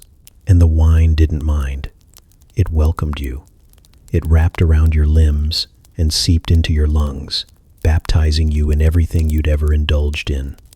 You had always been thirsty, for power, for praise, for legacy. In the end, you drank too deeply, or maybe the wine drank you. The feast had been long, loud, and full of meat. You'd barely touched the venison, but the wine, you'd taken your share. Prince John of France, son of Philip, heir to a crown and bearer of centuries of carefully shaped bone and blood. You were 17, not a child, not quite a man, and certainly not a king. Not yet, but close enough to taste it, and eager enough to believe it would be there in the morning. They held the banquet in Lyon to honor your arrival. The room was warm, rank with smoke and perfume, the walls echoing with slurred Latin and overconfident toasts. The nobles laughed too hard. The bishops sweated through their collars. You played your part, nodded, smiled, raised your goblet when you were supposed to, though your hand trembled just slightly. You'd been feeling ill for days, a tightness in your chest that no physician could name, but the feast didn't wait, and you weren't raised to refuse your place at the head of a table. You drank past it, through it. Let the heat of the room and the bloodless faces around you blur until it didn't matter. The food turned bland, then sour, then invisible. Someone told a joke about the English. You didn't laugh, but your lips moved like you might have. You were tired. So tired that even your spine, that delicate piece of royal posture, gave up and curved under your robe. When your head dipped, they thought you were praying. When it ended, you left too quickly. The cold outside wrapped itself around you like a second skin. Crisp, white breath met the black night air. A few servants offered to guide you back to your chambers, but you waved them off. You were fine. You were the prince.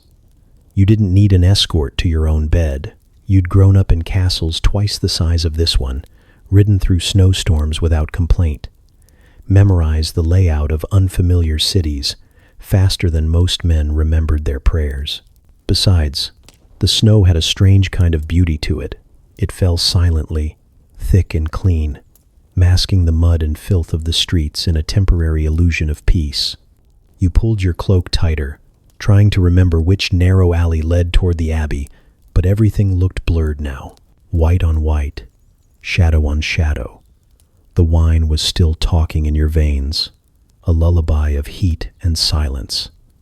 The chest pain returned, sharper this time, as if someone had buried a stone between your ribs. You sat down to catch your breath, a stone step beside a wooden post. Nothing royal about it. The snow reached your knees, the wind nipped at your ears, but the quiet was nice. Nicer than the feast, nicer than the court. Nicer, maybe, than the throne itself. So you stayed there, just for a moment. Just until the pressure passed. Just until your legs stopped shaking. You tilted your head back and watched the sky unload more cold. You thought about your mother's voice, high and French and far away. You thought about the crown that waited for you in Paris, already polished, already whispered over in council rooms. You closed your eyes, and you never opened them again. The city found you the next morning, frozen like a statue that no sculptor had planned. Your lips were blue, your hands stiff, your robe crusted in ice. They tried to warm you, to shake you back to life, to call your name as if it were a magic word. But your name didn't matter anymore. You had been prince. Now you were a warning. You died on your way to the throne, not in battle, not by blade or poison, or the scheming of rivals, not even from the mystery illness that had stalked your lungs. You died in the snow, alone, one alley from your bed, one season from your reign. No great legacy, no royal proclamation, just a 17-year-old boy who couldn't make it home. The rumors bloomed quickly. Some said you'd been cursed, punished for your father's sins or your grandfather's wars. Others whispered that you had been assassinated quietly, suffocated by political necessity, with the snow used to cover the truth. A few insisted you had simply wandered too far, too drunk, too stubborn, that the arrogance of royalty had assumed the snow would make way for you. It didn't. France moved on. It had to. A throne can't wait forever. Your brother stepped forward, shivering slightly in robes that didn't fit him yet. Courtiers changed allegiances with the ease of flipping a coin. Your name was engraved in stone, but already fading in voice. The feast was never mentioned again. But once a year, on the night the snow first falls, the kitchens in Lyon keep a seat empty. Not in reverence, not in mourning, in memory of the boy who mistook a kingdom for something guaranteed. It began with a joke about a goose, not a clever joke, not a well-crafted barb or a courtier's witticism sharpened over wine and politics. Just a joke, stupid and heavy and feathered, plucked from the imagination of a tired king sitting on a chamber pot. You'd been ill for days, or weeks, depending on who you asked, and how many physicians they had bribed to say it wasn't serious. Your stomach hurt. Your legs wouldn't carry you. The throne of Aragon had become a literal seat, ceramic and humiliating. The court whispered about gout, indigestion, poison. You told them it was simply too many figs. The truth was probably somewhere between all of it. You'd ruled long enough to know that causes were always convenient fiction, and the body rarely offered a straight answer. You were alone in your chambers, wearing silk, sweating through it. Outside, the kingdom bled itself dry, trying to guess who would wear your crown next. You had no heirs, no sons. Only nieces and nephews and men with tenuous claims scratching at the marble walls with parchment and seals. A dynasty ending is a loud thing, but inside your room, it was quiet. The jester was late. That annoyed you. You were the king, and even now, especially now, you deserved your jester on time. So when he finally arrived, puffed and breathless, and smelling faintly of travel dust, you snapped at him. He bowed and stammered, and said he was delayed by an amusing incident. You narrowed your eyes. He hesitated. Then he told you the joke. It wasn't really a joke. It was a report disguised as one. A young man had been tending to a vineyard and had seen a goose eating from a fig tree. He threw a stone, hoping to scare it off. The goose didn't fly. It fell. When the man approached, he found the goose lying on its back, legs straight, as if crucified. The figs had killed it. It had eaten so many, it suffocated. The man brought the bird home and served it to his family that night. A feast born of gluttony, a meal seasoned with irony. That was the joke. You stared at the jester. He braced for your anger, but instead, you laughed. First a chuckle, then a wheeze, then something deeper, messier, bubbling up from your belly like a long-buried secret. You laughed until your vision swam, until your chest spasmed, until tears smeared the sweat on your cheeks. You laughed so hard that the jester backed away, unsure whether he had pleased or doomed himself. You laughed until your breath broke, and then you stopped. They say your last words were a repetition of the punchline, gasped out between fits. The goose died of figs. Your voice cracked like a child's, high and wild, and then silence. No trumpets, no prayers, no family gathered at the bedside, just a toppled monarch in a gilded chamber pot, face frozen mid-chortle, like a madman caught in a private joke no one else understood. The court tried to make sense of it. They dressed it in dignity. They said you passed peacefully, that your soul departed during reflection, that your final hours were serene. But the servants knew. The ones who found your body, limbs stiff, eyes open. They knew you died laughing, alone, at a goose. And somehow, that was worse than dying in battle or bed. It was worse than poison or betrayal, or even the slow decay of age. It was undignified in a way the chronicles could barely stomach. Monarchs aren't supposed to die of mirth. They are meant to fall with swords in their hands, or with their hands clenched into fists, or whispering state secrets into a trusted ear. Not giggling themselves to death because a bird ate too much fruit. But you did. And after you died, everything frayed. The succession was a disaster.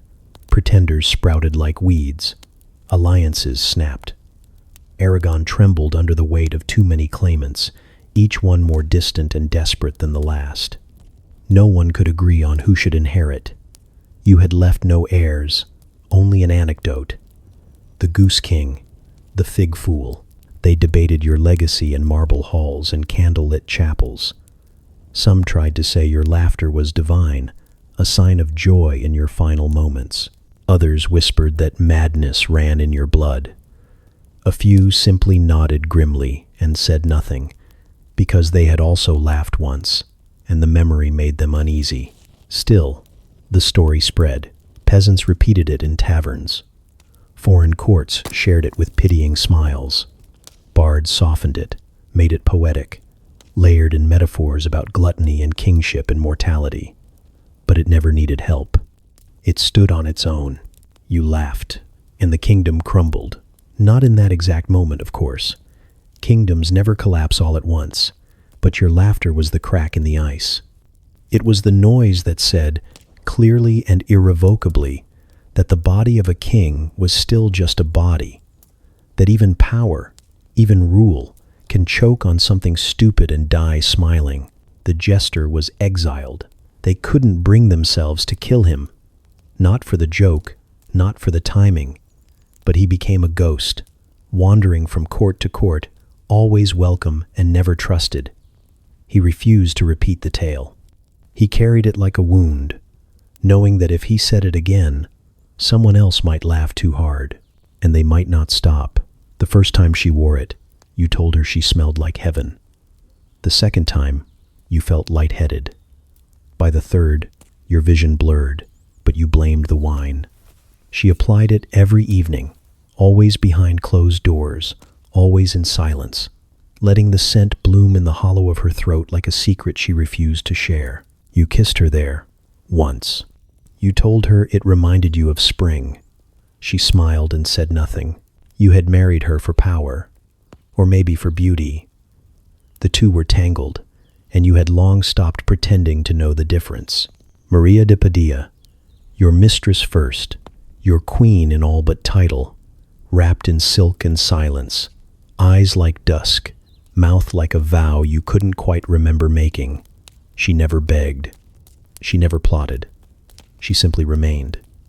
And you, King Peter of Castile, found yourself rearranging the court to accommodate her presence like one might shift furniture to chase a shaft of light.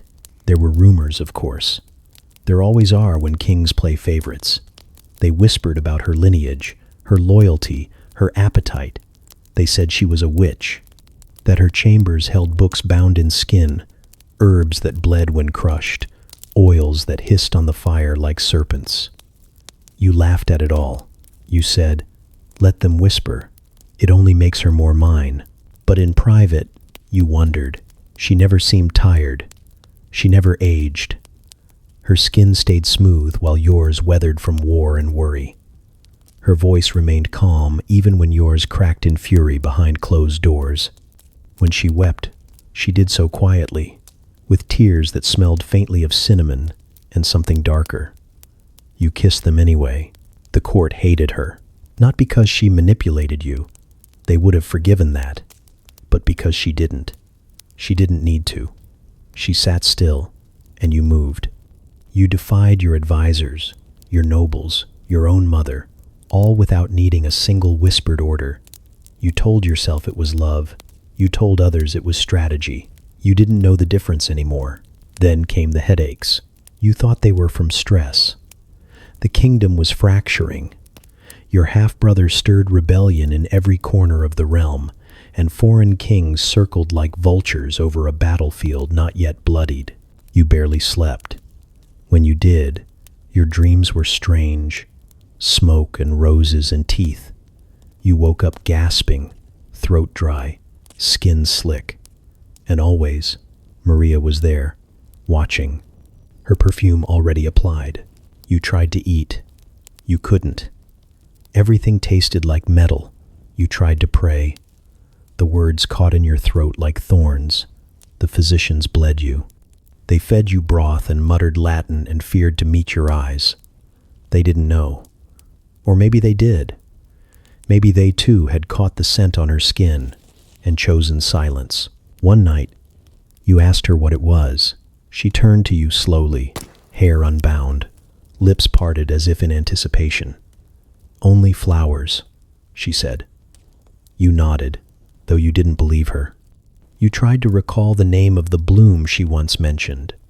Something rare, Eastern, said to open only beneath a full moon. You couldn't remember if it was real or something she had invented just to see if you would believe her. You did. The pain worsened. It crept from your stomach to your spine, from your spine to your fingertips. Your fingers trembled when you reached for her. She pressed them to her throat, let you feel the beat of her pulse beneath the scent. It was steady. Yours was not. That night, you dreamed of drowning in petals. You awoke with blood on your pillow. And still, you kissed her. They found you days later, slumped in your chair, mouth ajar, tongue swollen, eyes wide with the final horror of understanding. Maria sat beside you, calm, composed, her hands folded neatly in her lap. She did not scream. She did not run. When they asked what had happened, she said, "He loved me too much, as being wind." In the Metereses foul and wise, they didn't know what to do with that. They buried you with honors, trumpets, processions, banners bearing lions and castles. No one mentioned the scent that lingered in your chambers. No one asked why the queen never wore mourning. She wore white, always white, the color of lilies, of weddings, of clean bones.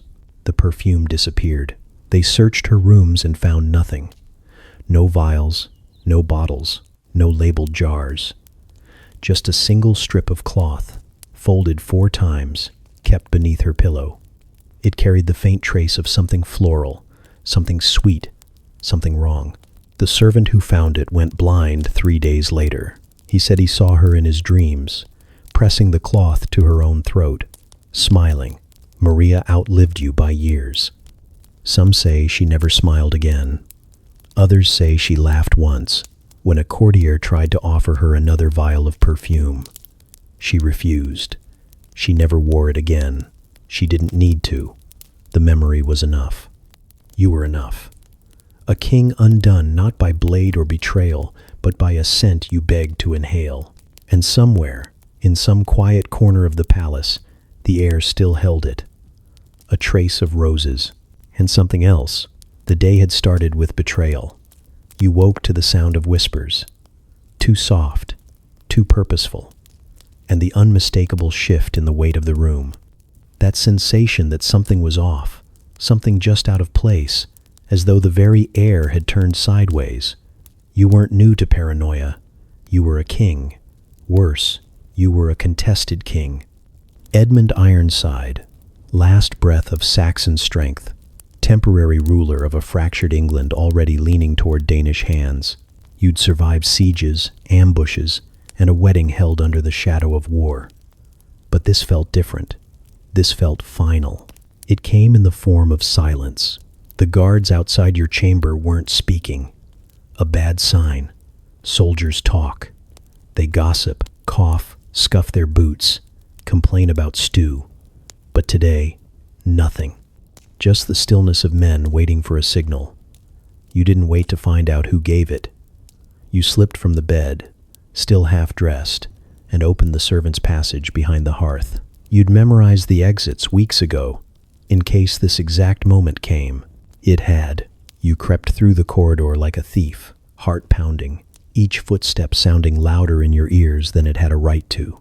Behind you, boots scraped against stone. Ahead, torchlight flickered. You were surrounded by men you couldn't trust and walls that didn't love you. The crown on your head was temporary. So was your life. You moved faster. You reached the kitchens, abandoned for the night, reeking of fat and ash. Somewhere behind you, a door slammed. A voice shouted your name. Not the way a courtier says it, but the way a hunter calls to a stag. You ducked through the scullery and into the courtyard, slipping on the wet stones, the cold biting through your skin like a second betrayal. You thought of your father, Ethelred the Unready, and wondered if he'd ever run like this. Probably not. He would have ordered someone else to die in his place. You didn't have that luxury. Your path led to the stables, then the outer wall, then to the edge of the privy trench. The back route, unwatched, hidden, meant for servants, waste, and shame. But you were out of time. Somewhere behind you, steel hissed from a scabbard. You didn't hesitate.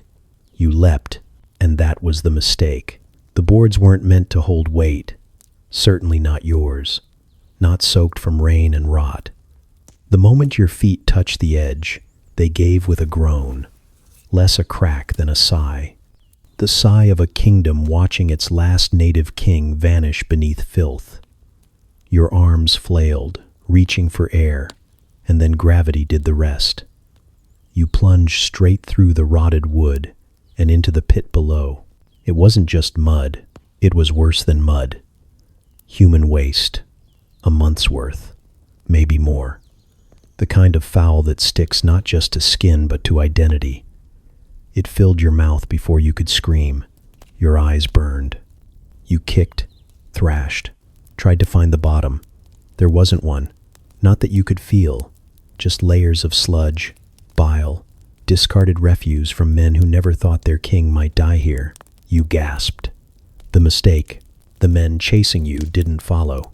Why would they? There was no honor in dragging a king out of a latrine. No glory in a blade through a body already half drowned in excrement. They stood at the edge and waited, hands covering their noses, eyes wide with something between awe and disgust. They didn't move. They didn't need to. You were dying on your own. Your heart pounded slower. The filth pulled at you like it knew you didn't belong above.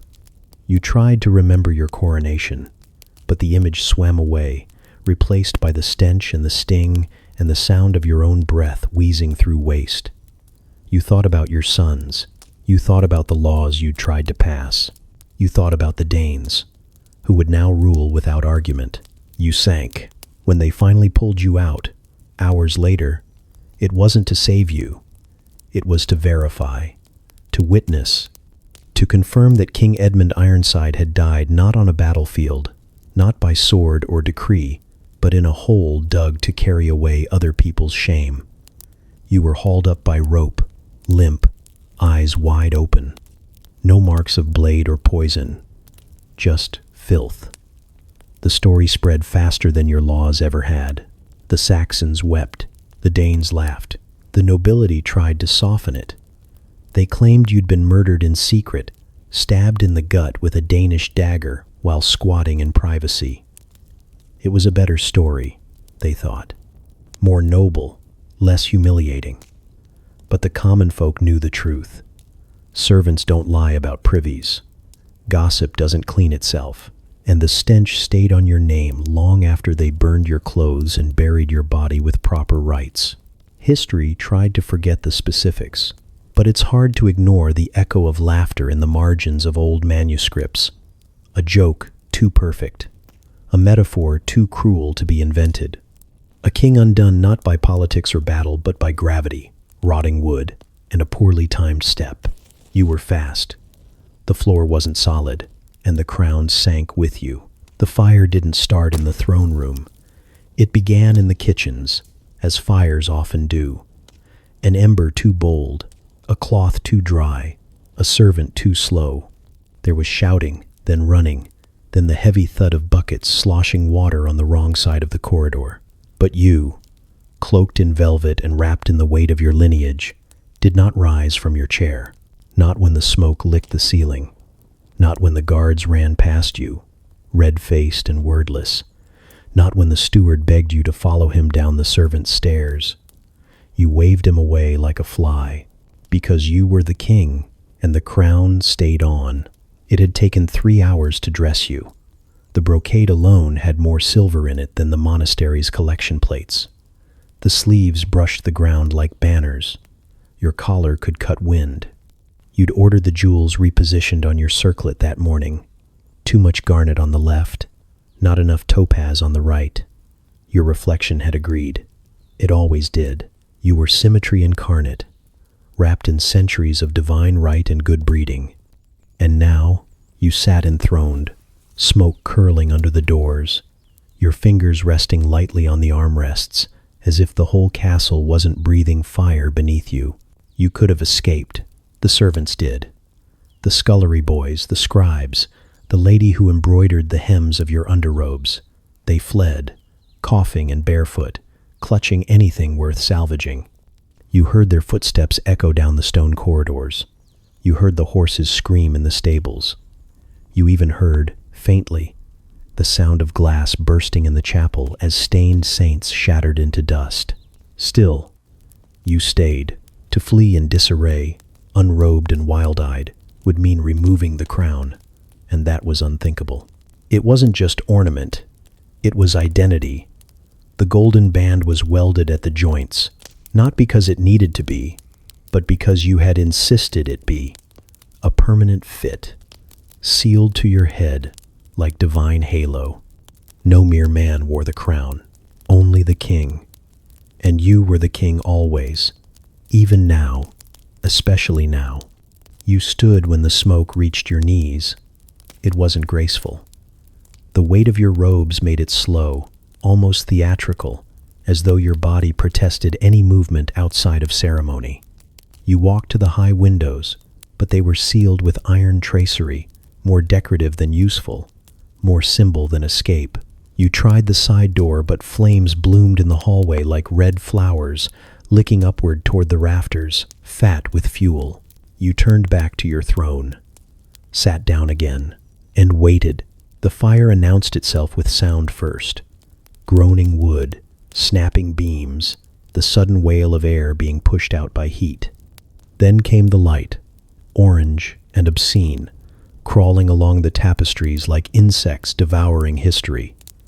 Your family crest vanished in moments, devoured by flame. The ceiling cracked above you, coughing out sparks like a dying dragon. You adjusted the drape of your robe, and then the crown began to heat. You didn't feel it at first. The sweat came early, pooling under your collar, soaking the lining of your sleeves. You could feel the velvet sticking to your skin, clinging like regret.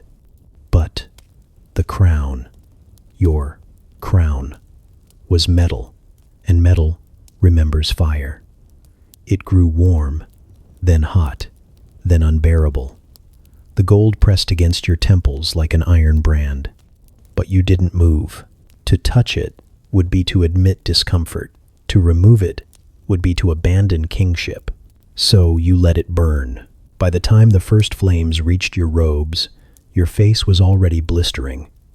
The skin behind your ears bubbled where the crown's edges curled inward.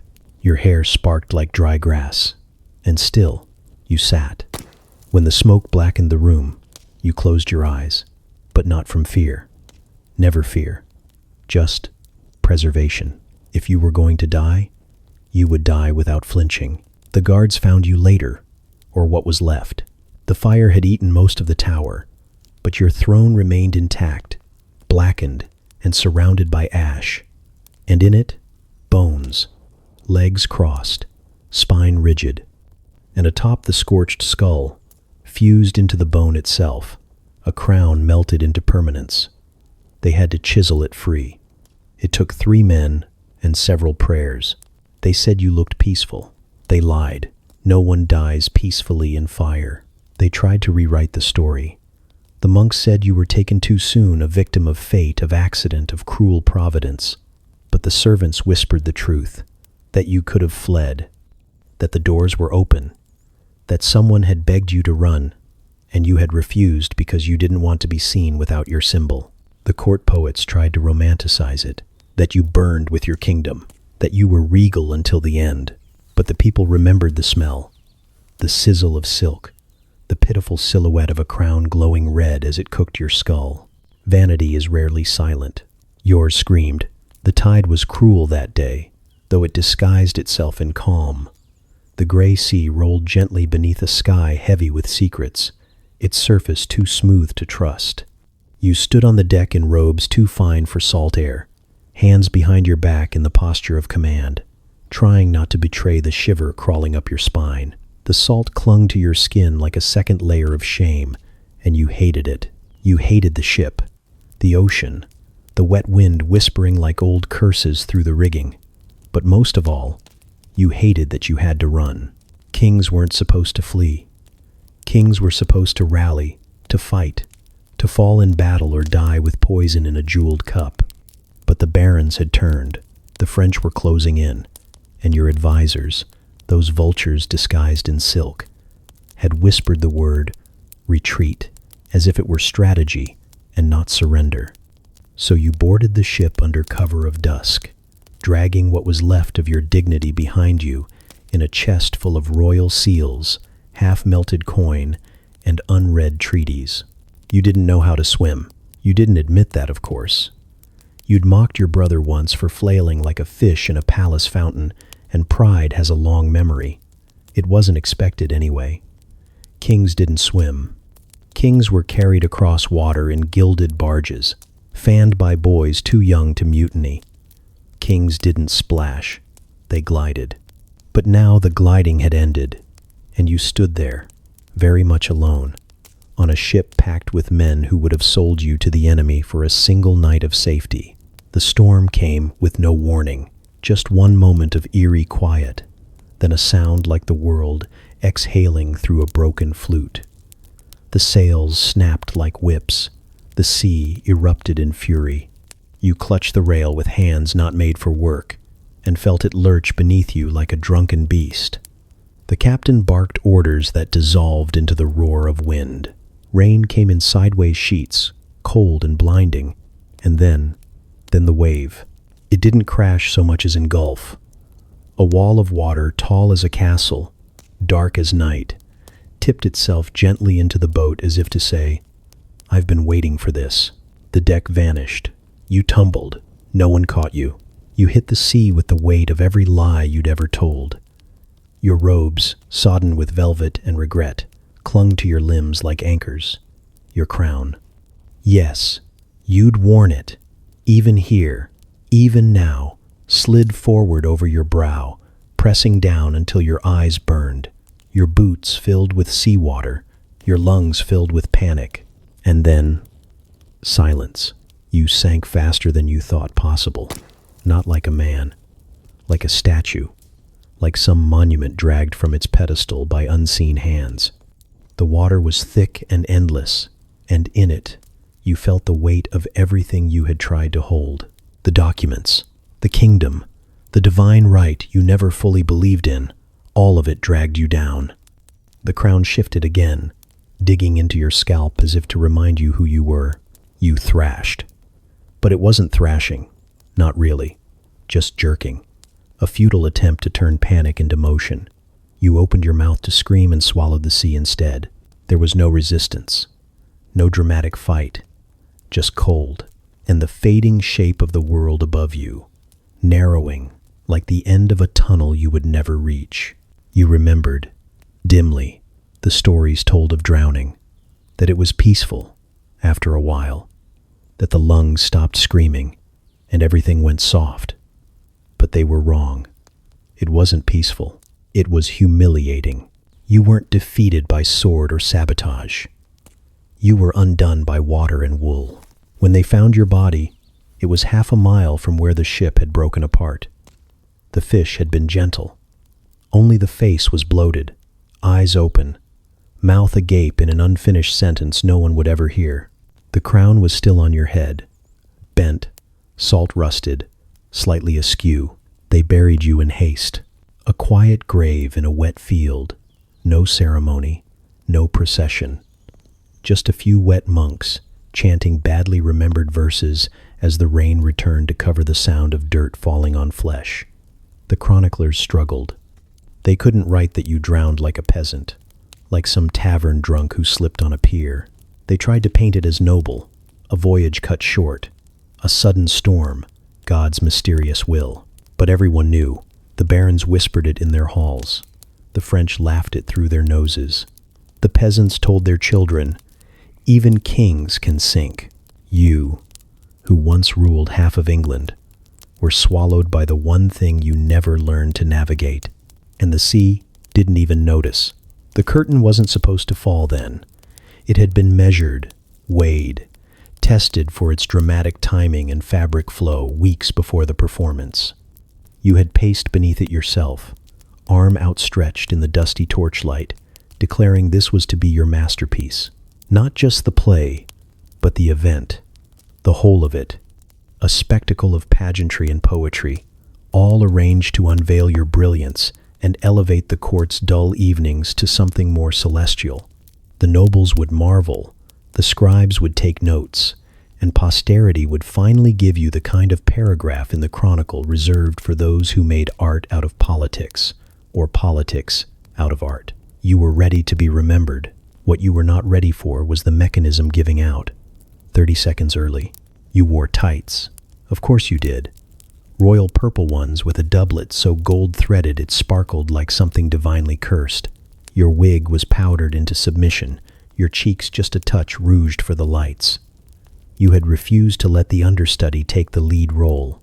Not tonight. Not when the whole play was a thinly veiled metaphor for your own life, for your genius misunderstood, for the burdens of leadership born in verse. No one else could carry the rhythm. No one else could wear the crown you wrote for yourself. You had rewritten the ending 3 times. The final monologue was a lament, by your favorite tone, where the noble character, also named very nearly after yourself, addressed the fickle court and begged the gods for a shred of honest legacy. Then came the flourish. A candle would dim, a trumpet would blare, the curtain would fall, the house would rise to its feet, and history would be made. But the candle didn't dim yet. The trumpet hadn't blared. And the curtain, that heavy tapestry of embroidered velvet and bad luck, dropped early, without rhythm, without warning, without grace. It struck you full in the neck. The sound was a cross between a sack of grain hitting a marble step and the pop of a wine cork under pressure. You stumbled, knocked forward by an object meant only for dramatic punctuation, and tried to turn it into part of the performance. You even raised your hand, a fluttering gesture to signal maybe it was intentional, maybe this was avant-garde. But your legs didn't follow. Your knees buckled. You made a wheezing noise that wasn't in the script, and then you collapsed. For a moment the audience applauded. A noblewoman in the second row leaned in and whispered something about your commitment to realism. A young page clapped hard, believing this was a trick ending. A scribe dipped his quill with renewed vigor. It was bold, they thought, daring, death as art. You lay there, your mouth ajar, eyes glassy, foot twitching as the curtain pooled around your body like a final insult. Someone laughed, then someone screamed. The curtain rod had snapped under its own weight. Too much gold braid, too little engineering. The pulley jammed. A spike meant to secure the left flank had torn through your collarbone. Blood, thin and too red for theater paint, was soaking into the hem of your own costume design. When the stagehands rushed in, it took 3 of them to lift the velvet off you. Your crown rolled across the floor like a forgotten prop. A dog from backstage wandered in and sniffed your shoe. There was no final line, no applause worth remembering. You were pronounced dead before the first intermission. The nobles didn't know what to do. Some stayed in their seats out of politeness or shock, unsure whether this too was part of your vision. A servant whispered that it might be a test, that perhaps if they clapped hard enough, you'd rise again in some dramatic resurrection twist. They clapped. Nothing happened. The dog barked. The clapping stopped. The queen asked if the wine would still be served. Eventually, they dragged your body backstage and covered it with the same prop tapestry that once hung over your bed in the summer palace. No one wanted to move you too much. Not out of respect, but out of confusion. There were no instructions for this in the royal playbook, no clause about what to do if the dramatist king dies by his own stage directions. Rumors ignited like wildfire through the corridors before your corpse had cooled. Some said the curtain was cursed, a gift from a jealous playwright you once exiled. Others said it was divine judgment, punishment for hubris, wrapped in iambic pentameter. A few whispered you faked it, and that you would return next week under a mask, ready to unveil your next act. But you didn't. The funeral was rushed, held between rehearsals of a farce someone found in your archives. A troupe of lesser actors recited lines from your earlier works, skipping most of the monologues. The bishop refused to call it martyrdom. The undertaker refused to remove the costume. They buried you in your own wig. The theater closed for 1 week. Then it reopened under new management. They left the curtain as it was, mended, rehung, slightly off-kilter, and called it tradition. Every opening night, someone touches it for luck. No one speaks your name. The scribe who attended your final performance eventually wrote the line they thought you wanted. He died doing what he loved. Then scratched it out and replaced it with, he died because the curtain was too heavy, which, if nothing else, was the truth. The goose had always been there. You just hadn't noticed it until the day it lunged for your face.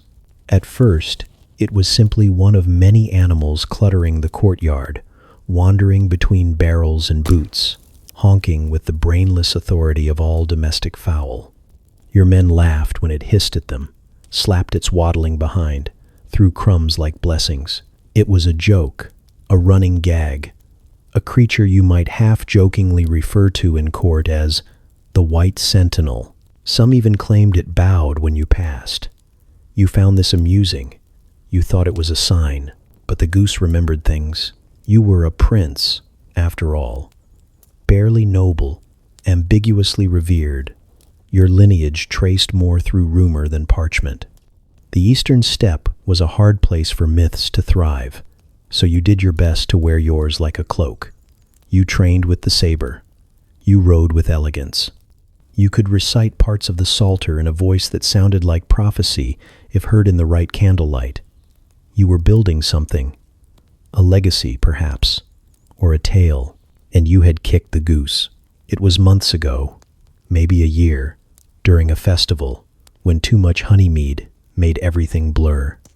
The bird was underfoot, and you were dancing with a girl whose name you never learned, and the goose hissed, just once, a tiny defiance, and you lashed out without thinking. A boot to the breast, not enough to kill, just enough to send it skidding across the cobbles like a stone on ice. The courtyard laughed. The goose did not. From then on, it watched you. It didn't avoid you, didn't flee like the other livestock. When your retinue thundered through, it lingered. It stood in doorways and waited. It perched on fence posts with eerie stillness. You would think it gone, then find it again, always at a distance that felt slightly too deliberate. The guards joked that it followed you on hunts, that it waddled behind your horse with unshakable loyalty. Then the servants began to complain. Bruised shins, pecked fingers, a stable boy missing a patch of hair from his head. When you summoned them to complain about the smell of the laundry or the thickness of the soup, they whispered about the goose in the shadows, and their eyes darted behind you. You should have had it killed, but you didn't.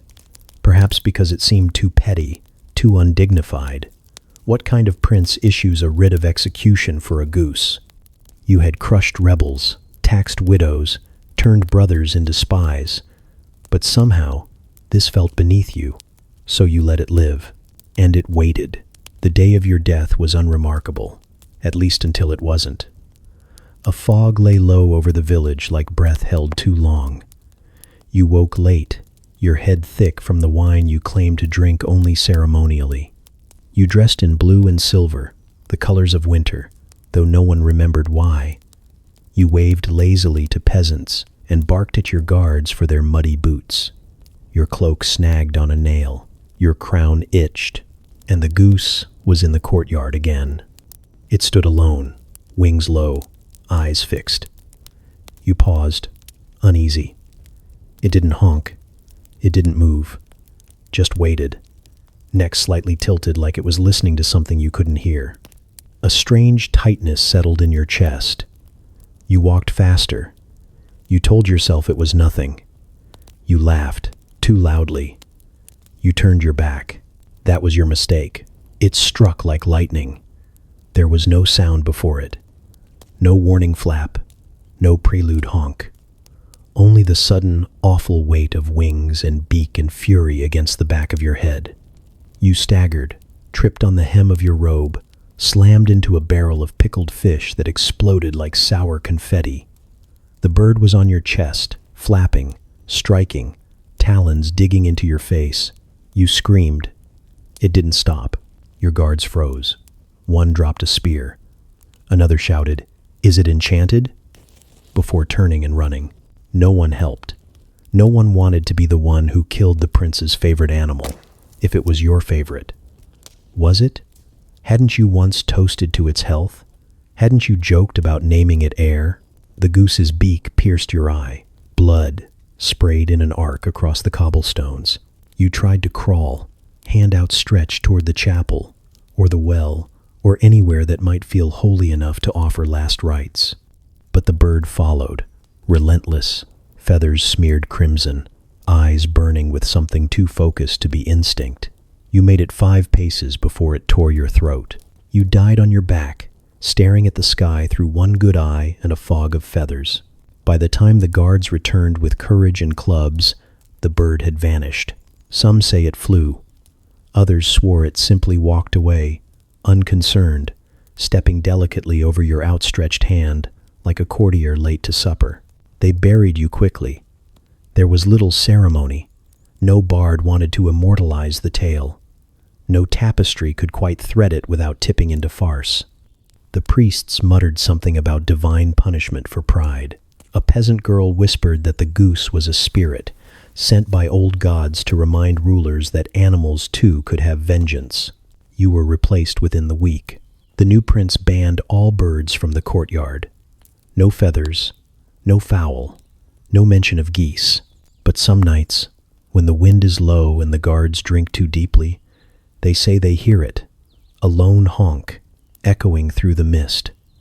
Waiting, watching, plotting again. The coins were warm when they went into your mouth. That was the first sign something was wrong. Gold shouldn't have body heat, but these had been clutched too long, handled too greedily, passed from trembling servant to sweating treasurer to your own shaking hands like relics of salvation. You had called for them at dawn, raving already, barefoot in your nightshirt, demanding that the vaults be opened and the money brought to you, as flesh. Those were your words, as flesh. It was the famine, officially. Crops failed, rivers dried, and the peasants stopped praying.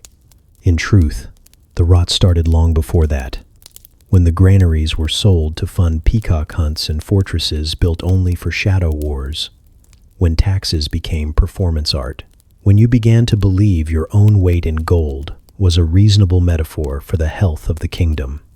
You'd once said, smiling to a court that dared not blink, "As long as I sit on treasure, no man can say we are poor."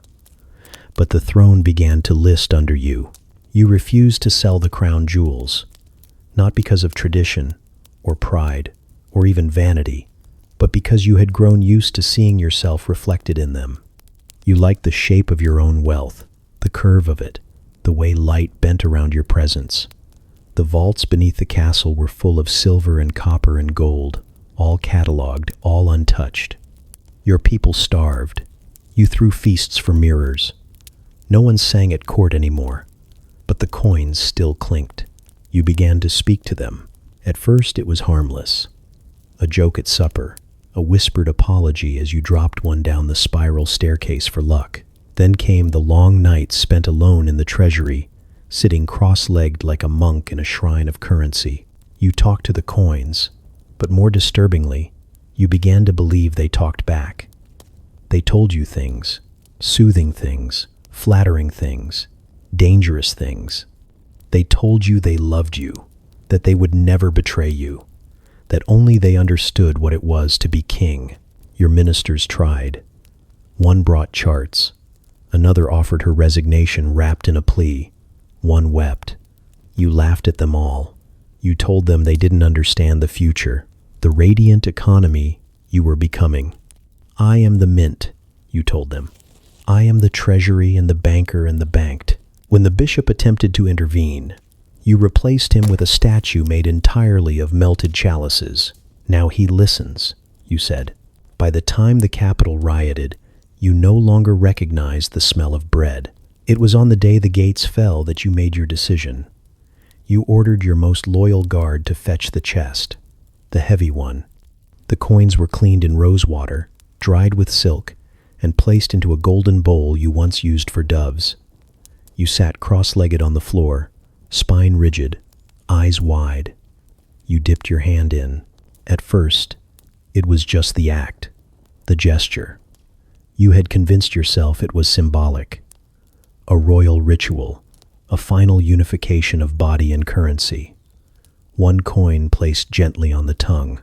Cold now, heavy, sharp-edged. You swallowed it.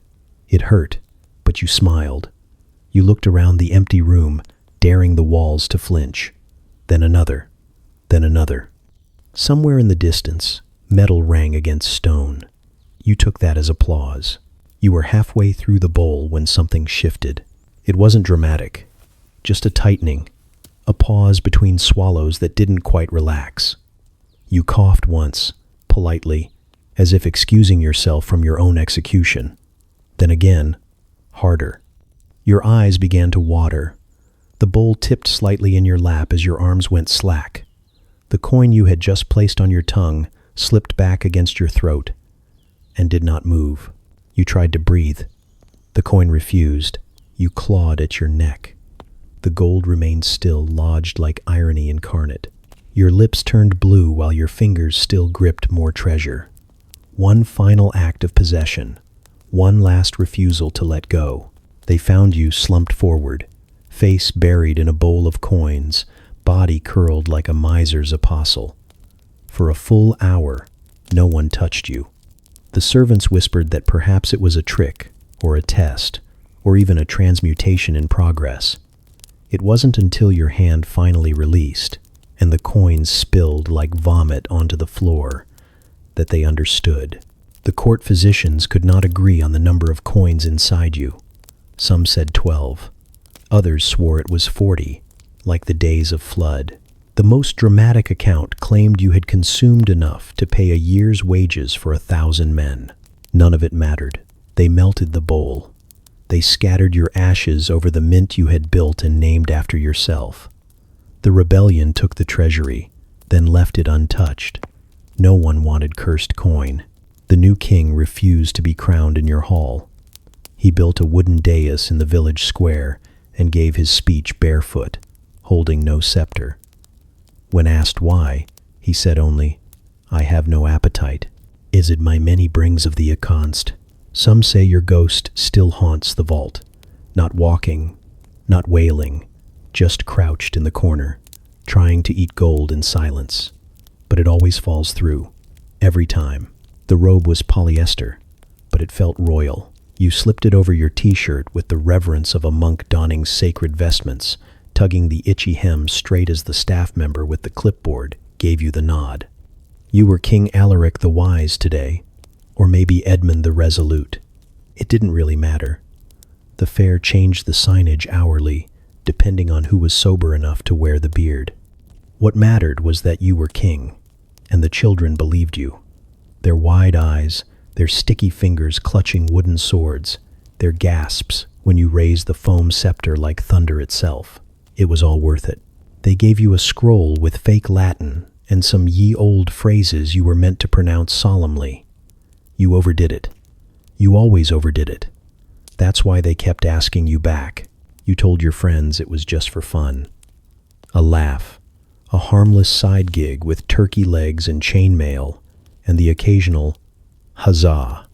You didn't mention the thrill you felt when the gates opened and peasants bowed to you in jest. You didn't tell them you practiced your declarations in the bathroom mirror. You didn't tell them you were starting to dream in Middle English. The fairgrounds sprawled with the chaos of make-believe. Ale barrels beside porta-potties. Wench costumes bought online, already unraveling. Teenagers chain-smoking behind the trebuchet. You strutted past it all, your paper crown slightly tilted, your thrift store boots squeaking. You had a throne.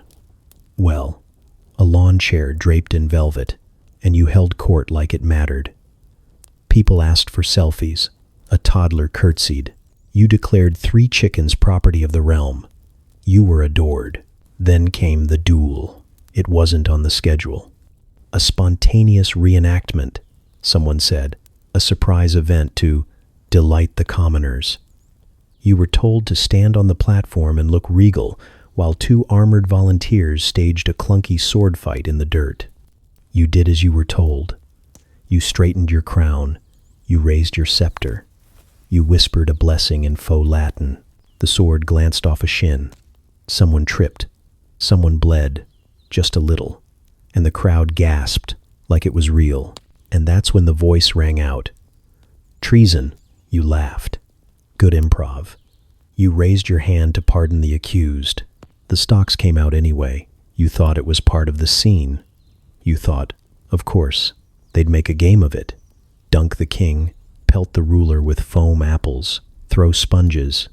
You even played along, raising your hands in mock surrender, joking in your best theatrical baritone. I am undone. The crown is heavy, but your arms are stronger. The crowd loved it. Someone yelled, down with the monarchy, and you bowed as they roared. Then they locked the stocks, proper wood, splinters against your wrists. Your neck cramped instantly. You tried to shift, couldn't. You looked up, smiling, still playing, but no one was laughing anymore. They started throwing things. Not foam, not sponges. Real food, half-eaten pretzels, bruised apples, something that might have once been a cinnamon bun. A child screamed in joy.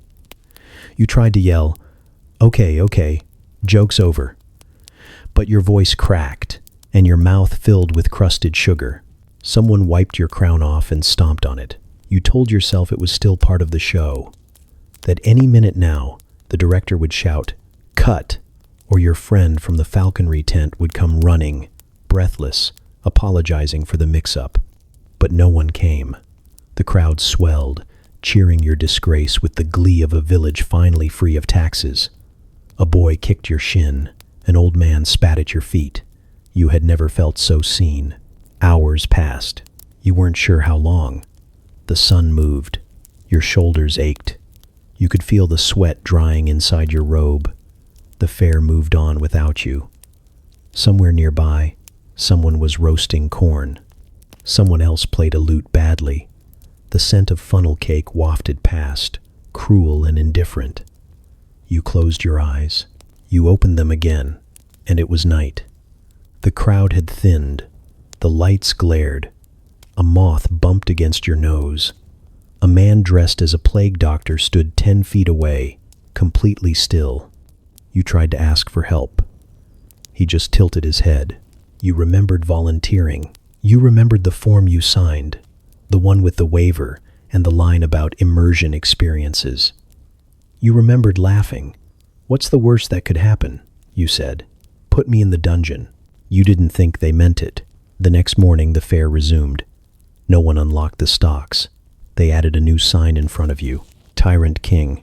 Traitor to the realm. Children posed beside it, making silly faces. A vendor sold prints of you weeping. You thought you saw your cousin walk past. He didn't stop. You began to wonder if there had ever been a time before the stocks. If your name had always been Alaric the Forsaken. If you had ever worked in IT. If you had a cat. If you had dreams. You tried to ask a passing knight how long this reenactment lasted. He said, until the kingdom forgets. Then he offered you a turkey leg. You couldn't hold it. The paper crown was gone, but you still felt its weight. You imagined the glue lines etched into your forehead, the lingering scent of gold spray paint. You tried to laugh, thinking maybe that would wake you up. Maybe this was part of it, a very elaborate prank, a surprise promotion, a deep game of LARP chicken. But no one laughed with you. The world had moved on. And the worst part wasn't the pain. It wasn't the splinters, or the humiliation, or the slow realization that no one remembered your real name. It was that, in some dark, treacherous corner of your heart, you liked the attention. You were king once, for an hour, and now you belong to the fair.